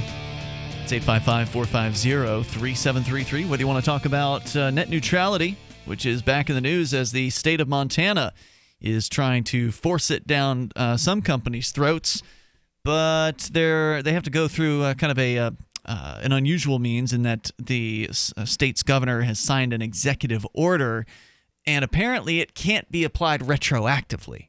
So I'll tell you more about that coming up here in moments. With you in the studio tonight, it's Ian, Mike, and Mark. And, of course, you can join us online. Just head on over to freetalklive.com and enjoy the features that we got for you there. If you're interested in cryptocurrency, you've heard about Bitcoin, you want to learn more about it, then the best place to go and get started, of course, is Bitcoin.com. They got a lot of great information that will learn you the basics about Bitcoin, because if you don't have like a nice local group of Bitcoiners that you can just go and ask questions of, like we do here in the Keene, New Hampshire area, you got to go online. You got to find resources, and there's no better place to get started than Bitcoin.com. They've also got some other cool features there, like their Bitcoin mining pool that you can get involved in, where you can choose to mine Bitcoin Core or the newer Bitcoin Cash at pool.bitcoin.com. There's also the news site that they have that covers news from across the world about Bitcoin at news.bitcoin.com. Again, that's news.bitcoin.com for the latest news headlines. As we go to Dan in Nebraska. Dan, you're on Free Talk Live with Ian, Mike, and Mark. Hello, Dan. Good evening. Hey there. Good evening. I was just I was listening to your guys' last segment, and I mean I've been in complete agreement as far as what Mike was speculating on with the with how the services that are always claiming to support net neutrality don't treat their users the same, and in fact do the exact same thing as they're afraid of other people doing.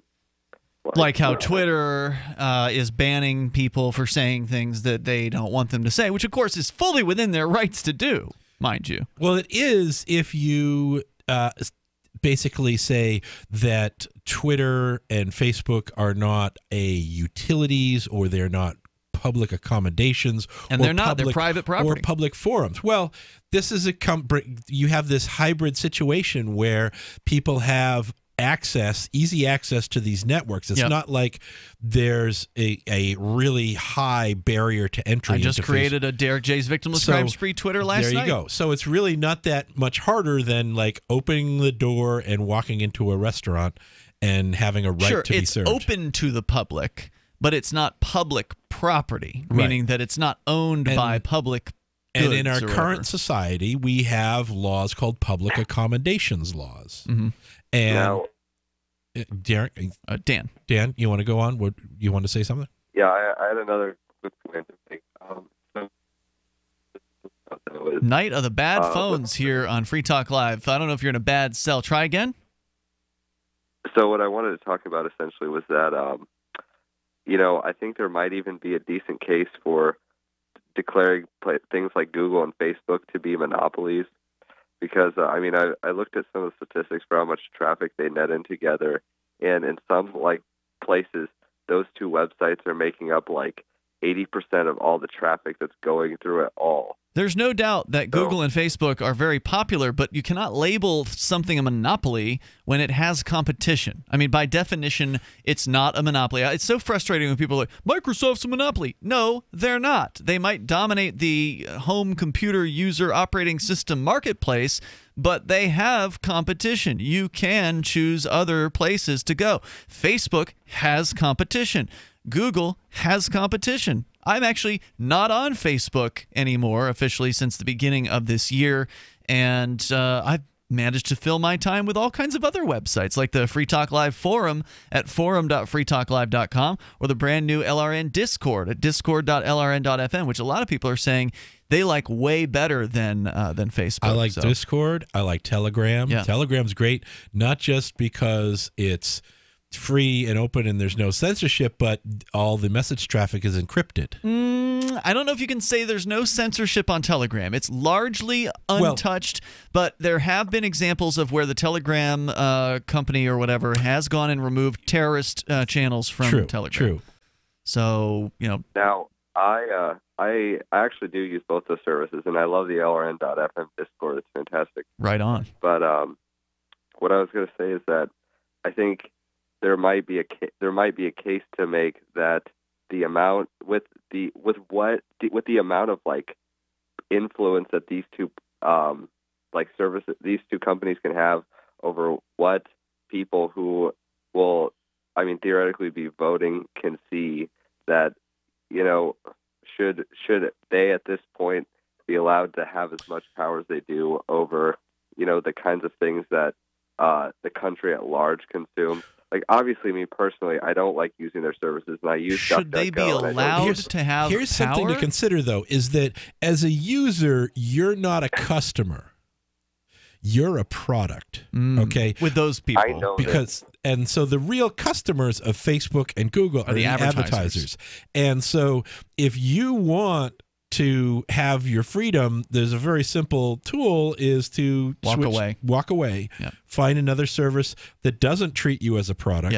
And also you can send letters to your Congress critters and attacking these companies, because both companies have significant contractual relations with the U.S. government. Google is often described as a secret arm of the U.S. government. They're based in the Ames Research Center, which is owned by NASA, and they have massive contractual relations with the U.S. government. They feed tons of data. There's actually a parallel version of Google that was created specifically by the NSA and CIA. It's run by Google for the U.S. government that uses public Google as this big Hoover to hoover up data to feed into the national intelligence system. But, the way you spoke there, Dan, is kind of disturbing, because you would use the term to allow them, should the government be allowing them to have power? Any power that these companies have is power you've handed over to them by using their services. And You're by the one who electing officials who have the power to delegate that power to the corporations. Well, they don't have any power that you don't give them. If you don't use their service, they don't have any power over you. Okay, I understand what you're saying here, but in this sort of case, I kind of tend to put my ideology to the side and just think, well, practically, what is going to happen if you have two gigantic companies controlling most of what people consume? And when you take it at that perspective, Controlling is the wrong word, because it suggests that they are the ones forcing themselves on people, and they're not. They've created something. There are ways that this sort of thing works. And this is for example, credit agencies impose their ratings of your behavior on your ability to engage in other economic activities, such as renting a home, leasing or buying a car. What happens is financing the companies that check those credit ratings are the ones who impose those rules. But the credit ratings just give you a rating. Right. However, if you don't have debt and you don't borrow money because you're a good economic person, you haven't defaulted on debt, you haven't cheated people, you don't have a credit record at all, and your credit rating is actually as bad or worse than someone with bad credit history. If you have what you're saying is if you don't have a credit card and never have had a credit card, because if you've had a credit card and you've made timely payments, you will have a good credit rating. Yes, but if you've never had one because you've never borrowed, if you've been outside the system the whole then time, you can have as bad a rating as someone with bad credit. And this sort of thing system parallels over to social networks. Right now in China, they're testing a system that basically rates every citizen on their behavior. Your reputation impacts your ability to select social services, and you can be cut off from your services from the government if people don't like how you behave as a citizen. Dan, I know you were trying to make a point there. Hang on. We'll bring it back for that in a moment. Our toll-free number is 855-450-FREE like freedom. That's 855-450-3733. Well, you may not like the credit system, but ultimately it's there, and it isn't necessarily forced on you by the state, as far as I know. Live from the Verticoin studio. This is the call to freedom. It's the Crypto Hour, brought to you by Helium 47 here on LRN.FM. When you hear the faucet, be caller 5 to get some free coins. This is the call to freedom. Thinking about getting into cryptocurrency? It's time you looked into Dash. Dash is digital money that you can use to send instant and private payments anywhere for pennies. Dash offers a decentralized network where miners are rewarded for keeping it strong and safe. Dash has made a huge impact in the crypto world. Start your journey. Check out Dash.org for more information and get in now on the future of cryptocurrency.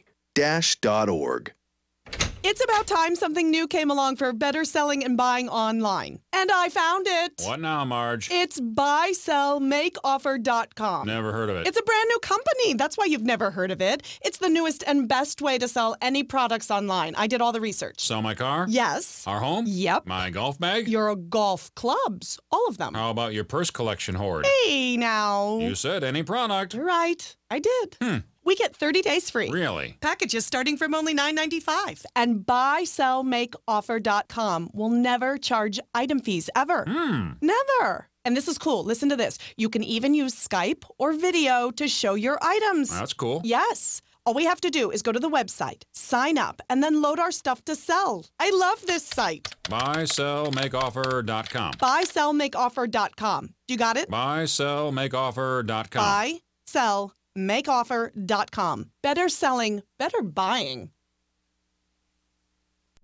On Free Talk Live, we're bringing people to the ideas of liberty every day. From wrestling superstars like Glenn Jacobs. You guys really are having an impact, I believe. Like I said, a lot of where I am now is due to listening to Free Talk Live. You changed my mind on some very important issues years ago. To random people tuning in on the radio. I was kind of stuck in the left-right paradigm. I heard your show by chance on a Saturday night. From there, I went on, joined the Free State Project, and become an amplifier. So, I mean, that's really the reason why I amp is because I know that if it wasn't for you guys being on as many stations as you are, I never would have found the ideas of liberty. Your amp will directly change more lives by getting Free Talk Live in front of people looking for talk radio online and on the air. When you amp Free Talk Live, you get perks like access to the AMP-only Facebook group and AMP podcast. Visit amp.freetalklive.com.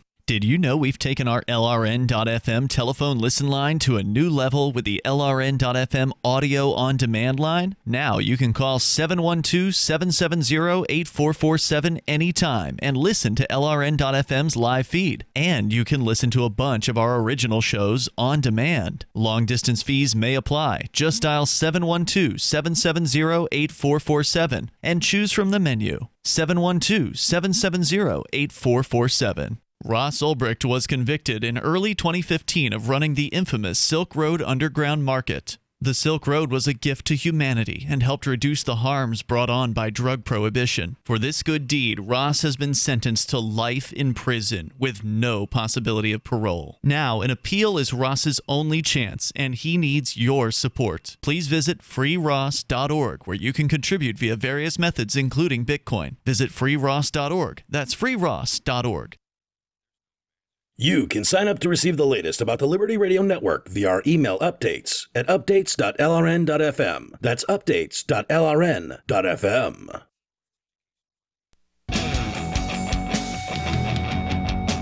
Hey, it's Free Talk Live. Moments remain here, but there's enough time for you if you dial now. Our toll-free number is 855-450-FREE. Like freedom, that's 855-450-3733. We've got Skype as well. At Skype username LRN.FM. We have the Discord chat. There's a call-in line there, too. Go to discord.lrn.fm to get involved there. A little slow in the chat room tonight, but man, last night it was hopping. So you never know. But there's people there a lot of the times throughout the day and the night. I mentioned earlier our Twitch channel, which is now a way for you to watch us in 720p HD at twitch.lrn.fm. But also, I learned something about Twitch over the last few days, and that is that you can upload video that's not streaming live. So, like, we're streaming right now at twitch.lrn.fm, and but you can actually upload like a clip or a movie or something like that you made, and I happen to have been involved in the production of a great movie called Derek J's Victimless Crime Spree. So I went ahead and uploaded the director's cut to Twitch, and they allow you to actually premiere. So unlike YouTube, where you upload a video and it's instantly available, in this case, you can schedule the premiere for the video to play at a certain time. So sort of like a live stream of Derek J's Victimless Crime Spree, but it's not live. It's just playing back live.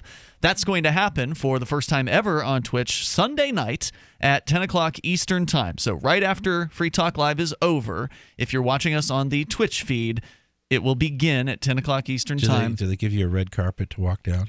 No, unfortunately not, but that's okay. I don't need that. We actually did literally roll out the red carpet at the theatrical premiere of Derek J's Victimless Crime Spree. It wasn't really carpet. It was like some cheap thing that we got, but it was cool. And Derek J arrived in a police cruiser or former police cruiser, and there's actually pictures and video of all that over at victimlesscrimespree.com. So if you missed out on being there for the real-life premiere of Derek J's Victimless Crime Spree, or the real life, the 5th year anniversary that happened this year, which we had the Where pleasure. Derek J said that he was embarrassed by his behavior. That's not exactly what he said. That's pretty much what he said. No, he didn't say he I was was embarrassed. mortified watching my behavior. He didn't say that. You're putting words in his mouth. He said that he's moved on. He's changed. He's no longer risking life and limb. But Ian will continue to exploit his Derek J's actions, even though he's mortified. Well, Exploit? he's now a Hollywood producer. He's got to be exploiting. I'm just doing my job, Mark. I am just trying to get the movie out there. It is an inspirational film. It is a fun film. It is. I had to buy the signed movie poster for Derek J. I mean, like from him. You had to pay him. There was an auction. I mean,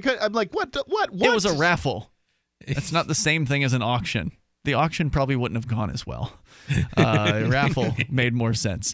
But it was fun. It was a lot of fun. It's a great movie, and people change over time, and people mellow out a little bit, and that certainly happened with Derek J and me. And we focus on different things these days, and that's part of what we talked about in our 45-minute long Q&A session that happened after the 5th anniversary. But anyway, this will be a premiere of the director's cut of the film, which is totally copyright-free music, so it's easy to stream that over Twitch, and I'm excited about it. We've never done an online video screening before like this, and so I don't know how many people are going to come watch it, but it'll be going to there. have like little shadows of yourself in the front there, like Mystery Science Theater. That's funny, but no. But we do have commentary tracks, Mike. I don't know if you were aware of that. Now we won't be airing the commentary track on Sunday night, but the DVD version of the film, there are not one but two commentary tracks, and the DVD version is now out of print. So it's limited edition at this point. There are probably only about 100 DVDs left for sale in my inventory. And so if you wanted to get a DVD version of Derek J's Victimless Crime Spree, all you got to do is go to victimlesscrimespree.com and check the DVD or the order options there. You can pay with cryptocurrency, and you can pay with eBay as well. That's some scarce artwork out there, folks. It is scarce, as a matter of fact, although you can watch it, infinite number of times on sites like YouTube. But I just wanted to announce that Sunday night, mark your calendar. If you're going to be up at 10 o'clock Eastern Time, 7 o'clock Pacific, you will be able to watch the premiere of Derek J's Victimless Crime Spree on our new Twitch channel at twitch.lrn.fm. Pretty sure most of our listeners will be up at that time. I mean, opting out of the European ones, I suppose. Well, one of our listeners was saying she wouldn't be able to make it because she's got to get up early on Monday. That Sunday night was not a good time for it. And I said, well, sorry, I've already announced it. I'm not going to change it at this point. But they'll actually, it looks like they'll let me reschedule it again. So, once it's uploaded and it's premiered, I can then just say, all right, Twitch, just edit it a little this. bit, and that'll be like the second director's cut, I don't think we're going to go back and do that. But it's a great movie. Check it out at victimlesscrimespree.com. Let's go back to Dan. He's in Nebraska. You're on Free Talk Live. Go ahead, Dan. You were commenting saying that Facebook and Google you think are monopolistic or monopolies. They are not I would say by technicality, they're not monopolies because, I do use DuckDuckGo and stuff. I know there's other choices, but my problem is that when I think about what the effects of having them be effective but not technical monopolies are, it creates a pretty frightening picture. Yeah, well, let's use the term market maker because then you will derail Ian's diatribe against the term monopoly because that's all he's going to do. He's going to go, it's not a monopoly. Mono means monopoly, mono, and not monopoly. Nope. Dan does have a point because there's a little known fact he absolutely has a about point. Google in particular. Sure. The spider engine that Google developed, actually, when they developed it, it was illegal for it to operate the way it did. Because that was the law. You couldn't go out and grab copies of everything that was out on the internet. And the government came to the Brin brothers and said, you got to stop this stuff. We're going to give you all this data anyways. And that was the beginning of the relationship between Google and Why is the it federal illegal to spider websites? And partly because of the amount of traffic over the internet that it generates. You're saying it was illegal, but no longer is? It may still be illegal, but Google has some special relationship with the federal government. And I was talking with some people at the Bitcoin conference who are in the know in the cryptographic community who were telling me about the features, and I was unfortunately a little too drunk to remember all the details. What about archive.org that's been grabbing websites for more than a decade, 20 years or something like that? They tend to grab it once, whereas... No, they don't. They come back. They come back every several months. Okay, Google is doing it every time you did a search. It would go out, boom. Really? Yeah. All right, go ahead, Dan. All right, so it's more like just a quick line of questions that for you guys to address. So one, I would say, do you think that so is it fair to say that the majority of people who are going to be participating in the democracy within the political borders in which you live right now are probably going to use Google to find out information about things related to how they might vote? That's a fair presumption, I would say, yes. And it's a fact that Google skews its results based upon its own political bias. Sure. Yeah, we saw that with the searches for Hillary Clinton, where they were restricting search results to things they didn't want you to see about and they've done it with other topics like climate change, etc. Yep, that's disturbing, no doubt about it. So do you not think that there is a case to be made that there could be a seriously negative impact on our democracy as a result of this. Like, you know, I hate to like cheapen the idea of having principles, but I think that in many cases calling yourself principled is just, it's more or less just a nice thing. But if at the end of the day you're losing out because, you know, you're going to hold out for something like, well, I don't want them to get involved. I don't like that it has to be that the government would have to get involved in order to regulate this mess. But I mean, what makes you think the government's going to regulate in your favor? Yeah, the government's already involved with Google. I think that any conversation about cheapening our democracy was a pre-November 2016 conversation. I mean, it's over. The democracy, she been a cheapened. I mean, this is it. Google's dominance of the market is part of and parcel of the way that the government is getting control over more and more of our lives. Yeah, you're not going to get the government to do you any favors. They're going to be helping the big corporations. They're going to be helping the Facebooks and the Googles. Even if they lop Google's head off, here's what you do. They will replace it with their own viceroy. Sure.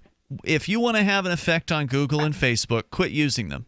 Ultimately, I've quit using Facebook. I don't intend to quit using Google, but I'm not as concerned about these things. I use Startpage rather than Google a lot of the time. But they pull results from Google. They do, but they don't turn over my information the same way. Yeah, so that's true. A lot of the AdSense data is eliminated. But you're using Google for your mail, Mark, so they got plenty of data on you. Yeah, they got plenty. But I just choose to use that. Dan, thanks for the call tonight. I do appreciate hearing from you. It's a topic that I think deserves more discussion, but we don't have time for tonight. So I appreciate the call here. And if you didn't get on, well, we've always got another night. We're here 7 nights a week from 7 to 10 at night Eastern Time.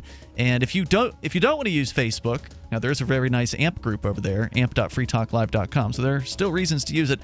You can join us over at forum.freetalklive.com. We got our own forum, and check out the Discord at discord.lrn.fm. They're both together way better than Facebook. The Free State Project has reached its goal of 20,000 liberty lovers who've pledged to move to New Hampshire and get active to achieve liberty in our lifetime. Perhaps you're trying to figure out what part of New Hampshire should be your destination.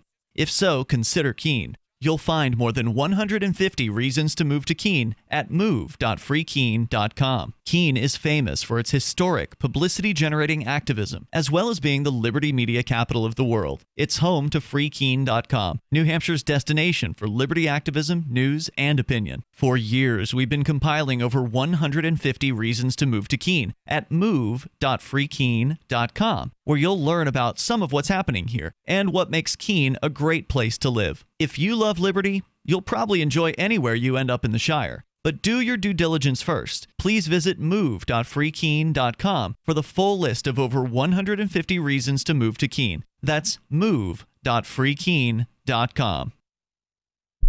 So you've signed the Shire Society Declaration and are planning your move to New Hampshire to be around more liberty-oriented people. Next, sign up for the Shire Society Forum at forum.shiresociety.com. There are a bunch of people there who are already in the Shire, and they want to meet you. If you're already in the Shire physically, you should also come by the forums. Remember, not everyone uses Facebook. New people are signing up for the Shire Society Forum every month, so drop in and say hello at forum.shiresociety.com.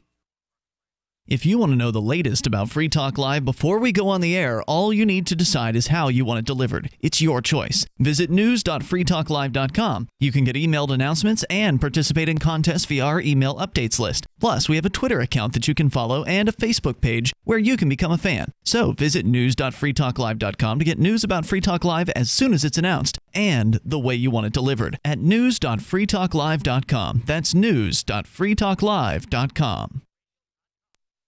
The latest episode of Declare Your Independence is next, after the news, here on the Liberty Radio Network, LRN.FM.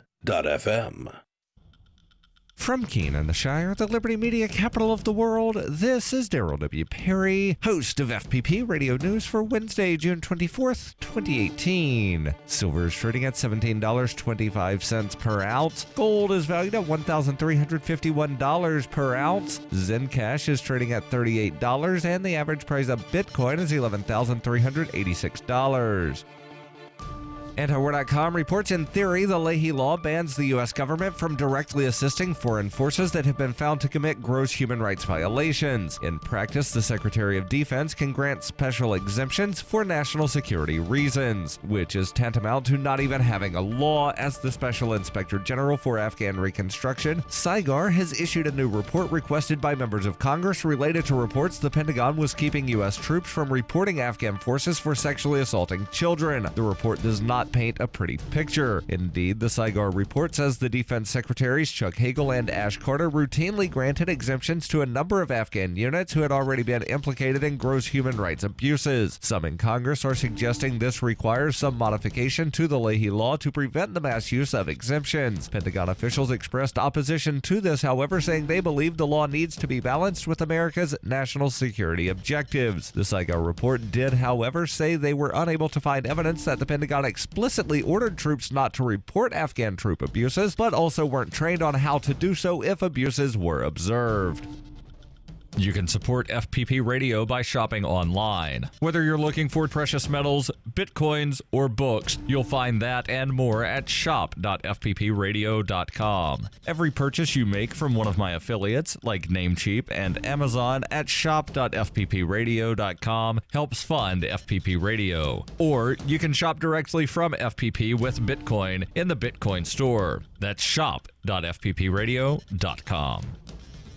UPI reports the NFL rejected an advertisement submitted by a veterans group for its Super Bowl program featuring the message, "Please stand." American Veterans, or AMVETS, sent a letter to NFL Commissioner Roger Goodell saying the league engaged in corporate censorship by deciding not to run the ad and declining to provide a reason. AMVETS National Commander Marion Polk said freedom of speech works both ways. Since 2016, multiple players throughout the NFL have chosen to sit or kneel during the pregame national anthem in protest of equality issues, including police brutality. The protest began with former NFL quarterback Colin Kaepernick, who remained seated during the national anthem at a preseason game as a member of the San Francisco 49ers in August 2016. Polk said the NFL's choice not to include AMVET's ad in its Super Bowl program is an issue of fairness and respect. NFL spokesman Brian McCarthy said the ad was rejected because it could be considered a political statement, adding the Super Bowl game program is designed for fans to commemorate and celebrate the game, the players, teams, and the Super Bowl. It's never been a place for advertising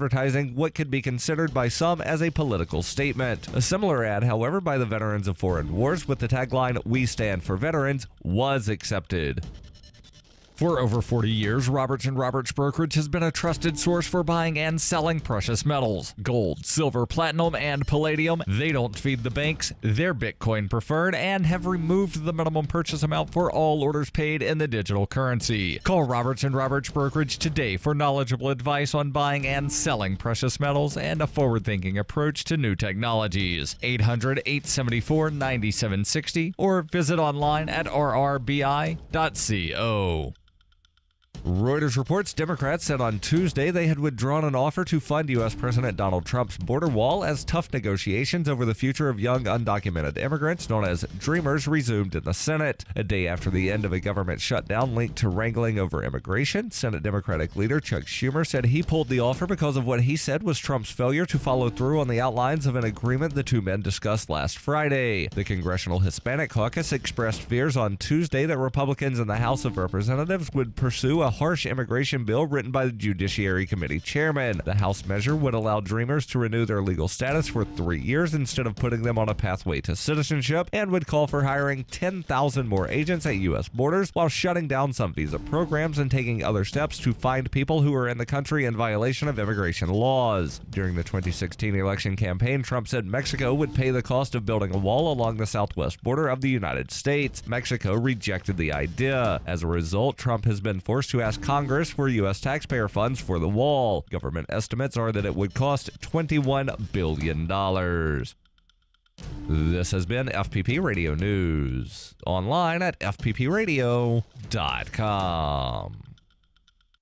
Terror and confusion fell upon the nation this week after nearly 314 million Americans reported inexplicably losing consciousness for 8 hours straight last night, with countless victims helplessly recovering from the fugue-like state with no memory whatsoever of the lost time. Researchers at Princeton University, who have been studying the alarming phenomenon since its inception, told reporters that though they were unable to ascertain the source of the sweeping condition, it appeared to be somehow linked to the setting of the sun. Right now, we suspect that there may be some connection between these sudden blackouts and the visions that some Americans have reported experiencing while they were unconscious. But most of these hallucinations are too abstract for us to draw any definite conclusions from. At this time, we urge people to never turn off their lights and under no circumstances close their eyes for any extended period of... Oh, God. It's happening again. This is the Onion News Network. And now, live from the studios of Freedom's Phoenix, Ernest Hancock. Believe me when I say we have a difficult time ahead of us. But if we are to be prepared for it, we must first shed our fear of it. I stand here without fear because I remember. I remember that I am here not because of the path that lies before me, but because of the path that lies behind me. I remember that for 100 years we have fought these machines. And after a century of war, I remember that which matters most. We are still here! Today, let us make them remember. We are not afraid!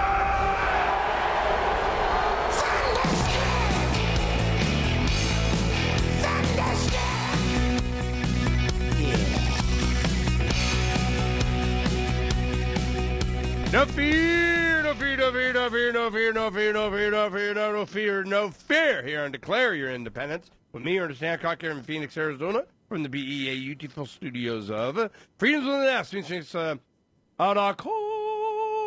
Yep. About done, with my illness. Yeah, such as it was.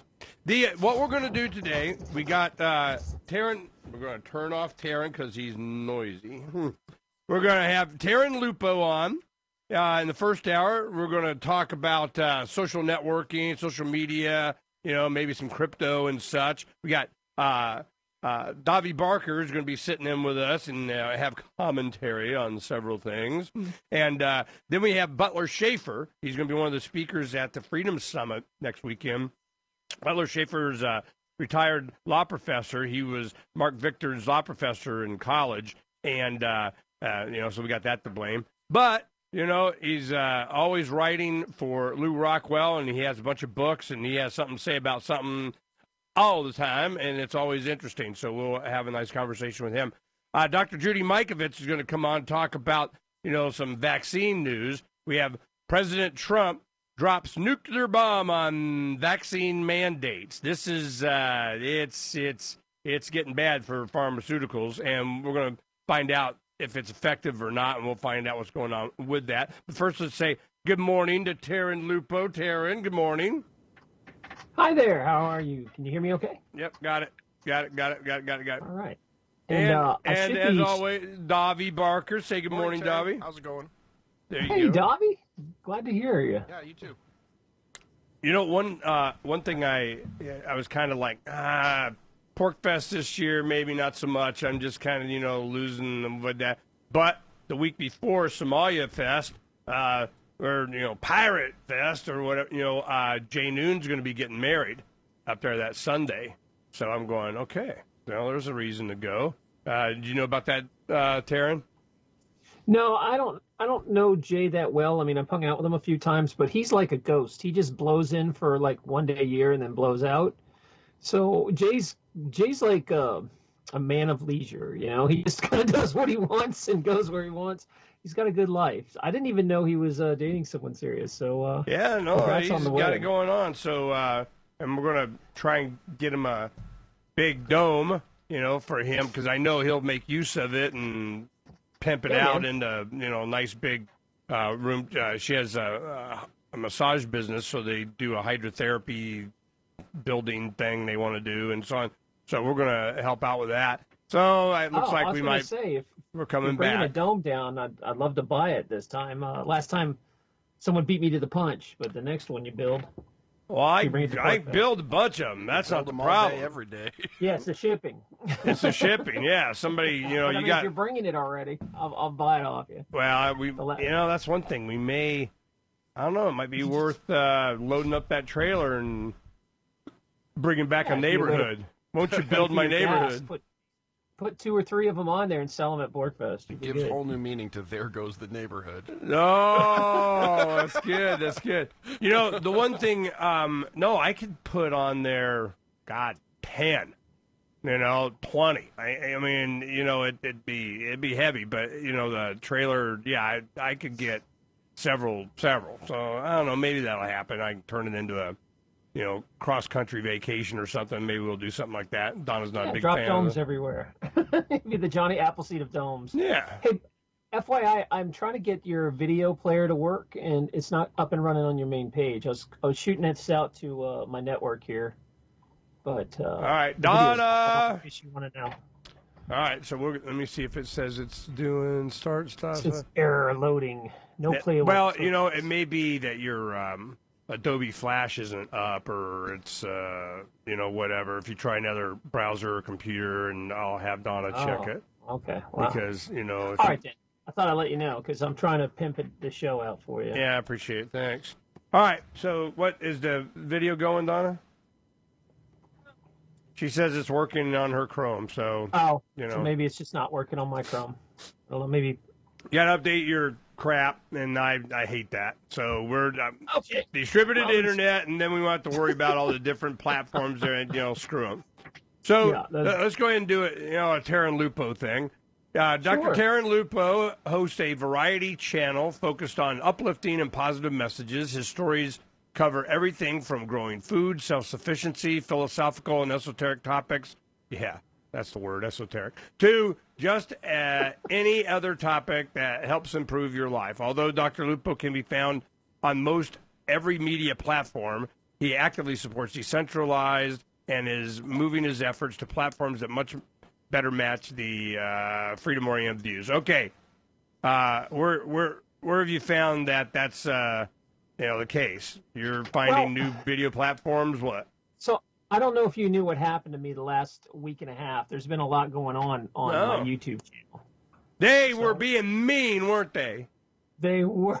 It's not so cool. So, all right, I've got about 60,000 subscribers, which, I mean, I'm not huge, but I'm not small. I'm like a middle guy on YouTube, and I've been there a while. So I feel like, I've been there 8 or 9 years, that I've earned my chops. I should not have to deal with this stuff anymore. But what happened was, over time you develop a group of trolls or haters that just don't like your show. And what they do is they kind of team up on YouTube and flag stuff. And then what happens is when you get a strike on YouTube, it cripples your channel, so you can't do certain things on it. So you have 3 strikes on YouTube. The first strike, they take away your live streaming. The second strike, they take away your ability to upload. The third strike, you're done. They take off your channel. So what happens is people will, like trolls will join together and they will flag stuff. And I had a show get flagged that was like not even a show. It was an invite to a show. It was about 1.5 minutes long. It was just like, hey, this is what's coming up. I usually do an invite to my live shows so people know what it is, like a commercial of, hey, this is what I'm going to be talking about Thursday. Come join us live on air at 12 o'clock. We're going to be talking about dark matter. So we were going to do this show on dark matter. I do this show on dark matter, and then we decide, so it's just like a science show. Well, I wake up the next morning, and YouTube doesn't let me in my account. And there's this big button that says, and this notice saying that you have been flagged for adult themes and pornography. Like, so these people flagged my intro show, my commercial for dark matter as pornography. So it was something that someone could have easily watched. I mean, it was 1 minute long. Someone at YouTube could have checked this over manually, and they send you this like rote letter that's like, we've reviewed this at YouTube and this has adult content, and we've adult what kind of content? Adult science or something? Pornography. Someone flagged me for pornography, which is laughable. But I mean, just because they say it, that's all you need is an accusation. That's the point. Is I have a large channel, and it didn't take many people to flag it to bring it down, because my live streaming is a big part of my channel. It's about a third of my income from donations when I live stream like a show and donate. And so it really picked me off. No, got censored. Taryn, he went long. He's all censored. No, you're off. Censored, went long. When we come back, we'll get Taryn Lupo, the rest of the story on YouTube. I'm so shocked. We're going to find out all about their censorship as it applies to Taryn Lupo in just a little bit. From the first letter of Captain Mark. History is full of flowery documents claiming to limit the power of the crown, but these poetic social contracts have been impotent to prevent the predation. Limited government is a lie they use to keep us submissive. The crown cannot be trusted to abide by its founding charters, nor its treaties, nor even its own rules. The essence of the crown is centralized violence, and I've had enough. That's why I raised my black banner. I am no revolutionary. My aim is not to reset the cycle of violence, but to break it. My aim is an evolved society, invisible to the crown. Not a new hierarchy, but decentralized networks with no central figure for the crown to target.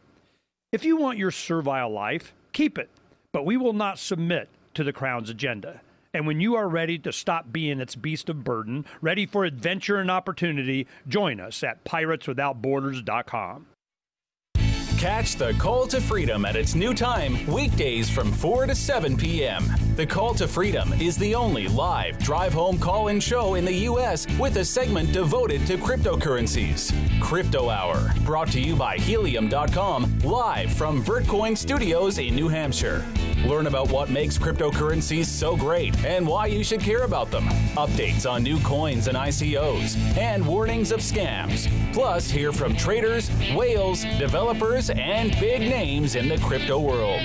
You can also win crypto coins or tokens every episode. Just listen for the faucet sound and be the 5th caller to get free Dash, Litecoin, Vertcoin, Verge, or other cryptocurrencies.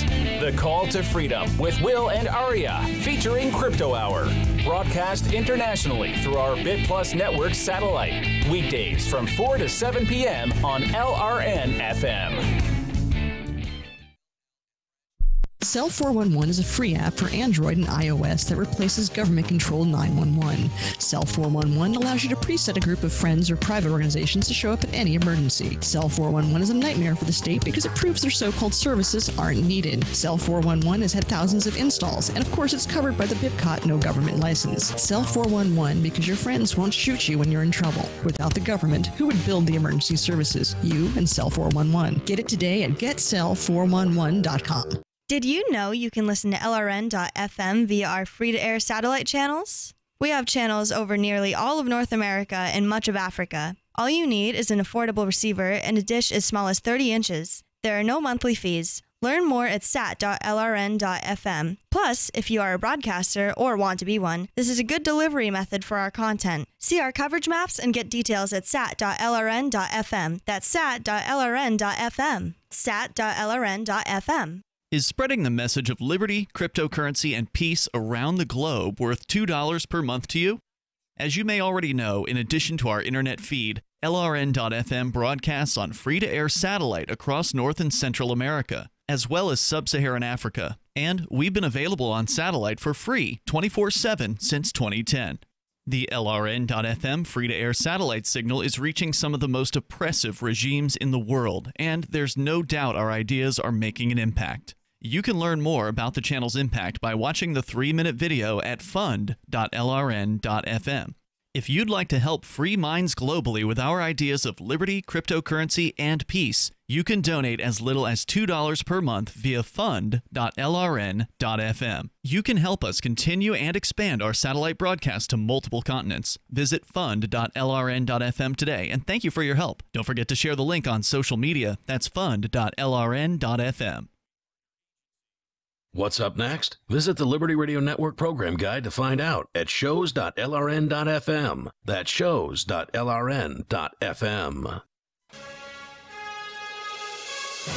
Roads? It's the Ernest Hancock Show. Where we're going, there aren't any roads.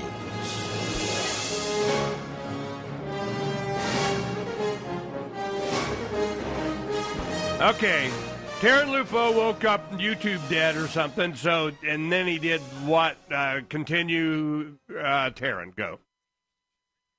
Wake up, find out that some people got together and flagged me on YouTube for pornography, which is who are these people that get together? How do you know it was people? Which people? Because they've done it to other channels. Okay, why? It's obviously his sultry voice. Yeah, what happens is, you know, we have these social groups and like Discord where people will come in and chat and stuff. And a lot of it times is, you know, you get trolls in there and you throw them out and they kind of found each other. So they have their own like little troll group where they go hit shows that piss them off. And so what happened is it doesn't take many flags, apparently, even for my size channel to get pulled down without them even looking. So YouTube didn't even look. They just ended my live streaming, which, you know, imagine someone comes on and takes away your show, Ernie, after you've tried 2 or 3 months to get a certain guest to come on, you know, and all of a sudden you wake up and your show's gone. That's kind of what happened. So I was lucky enough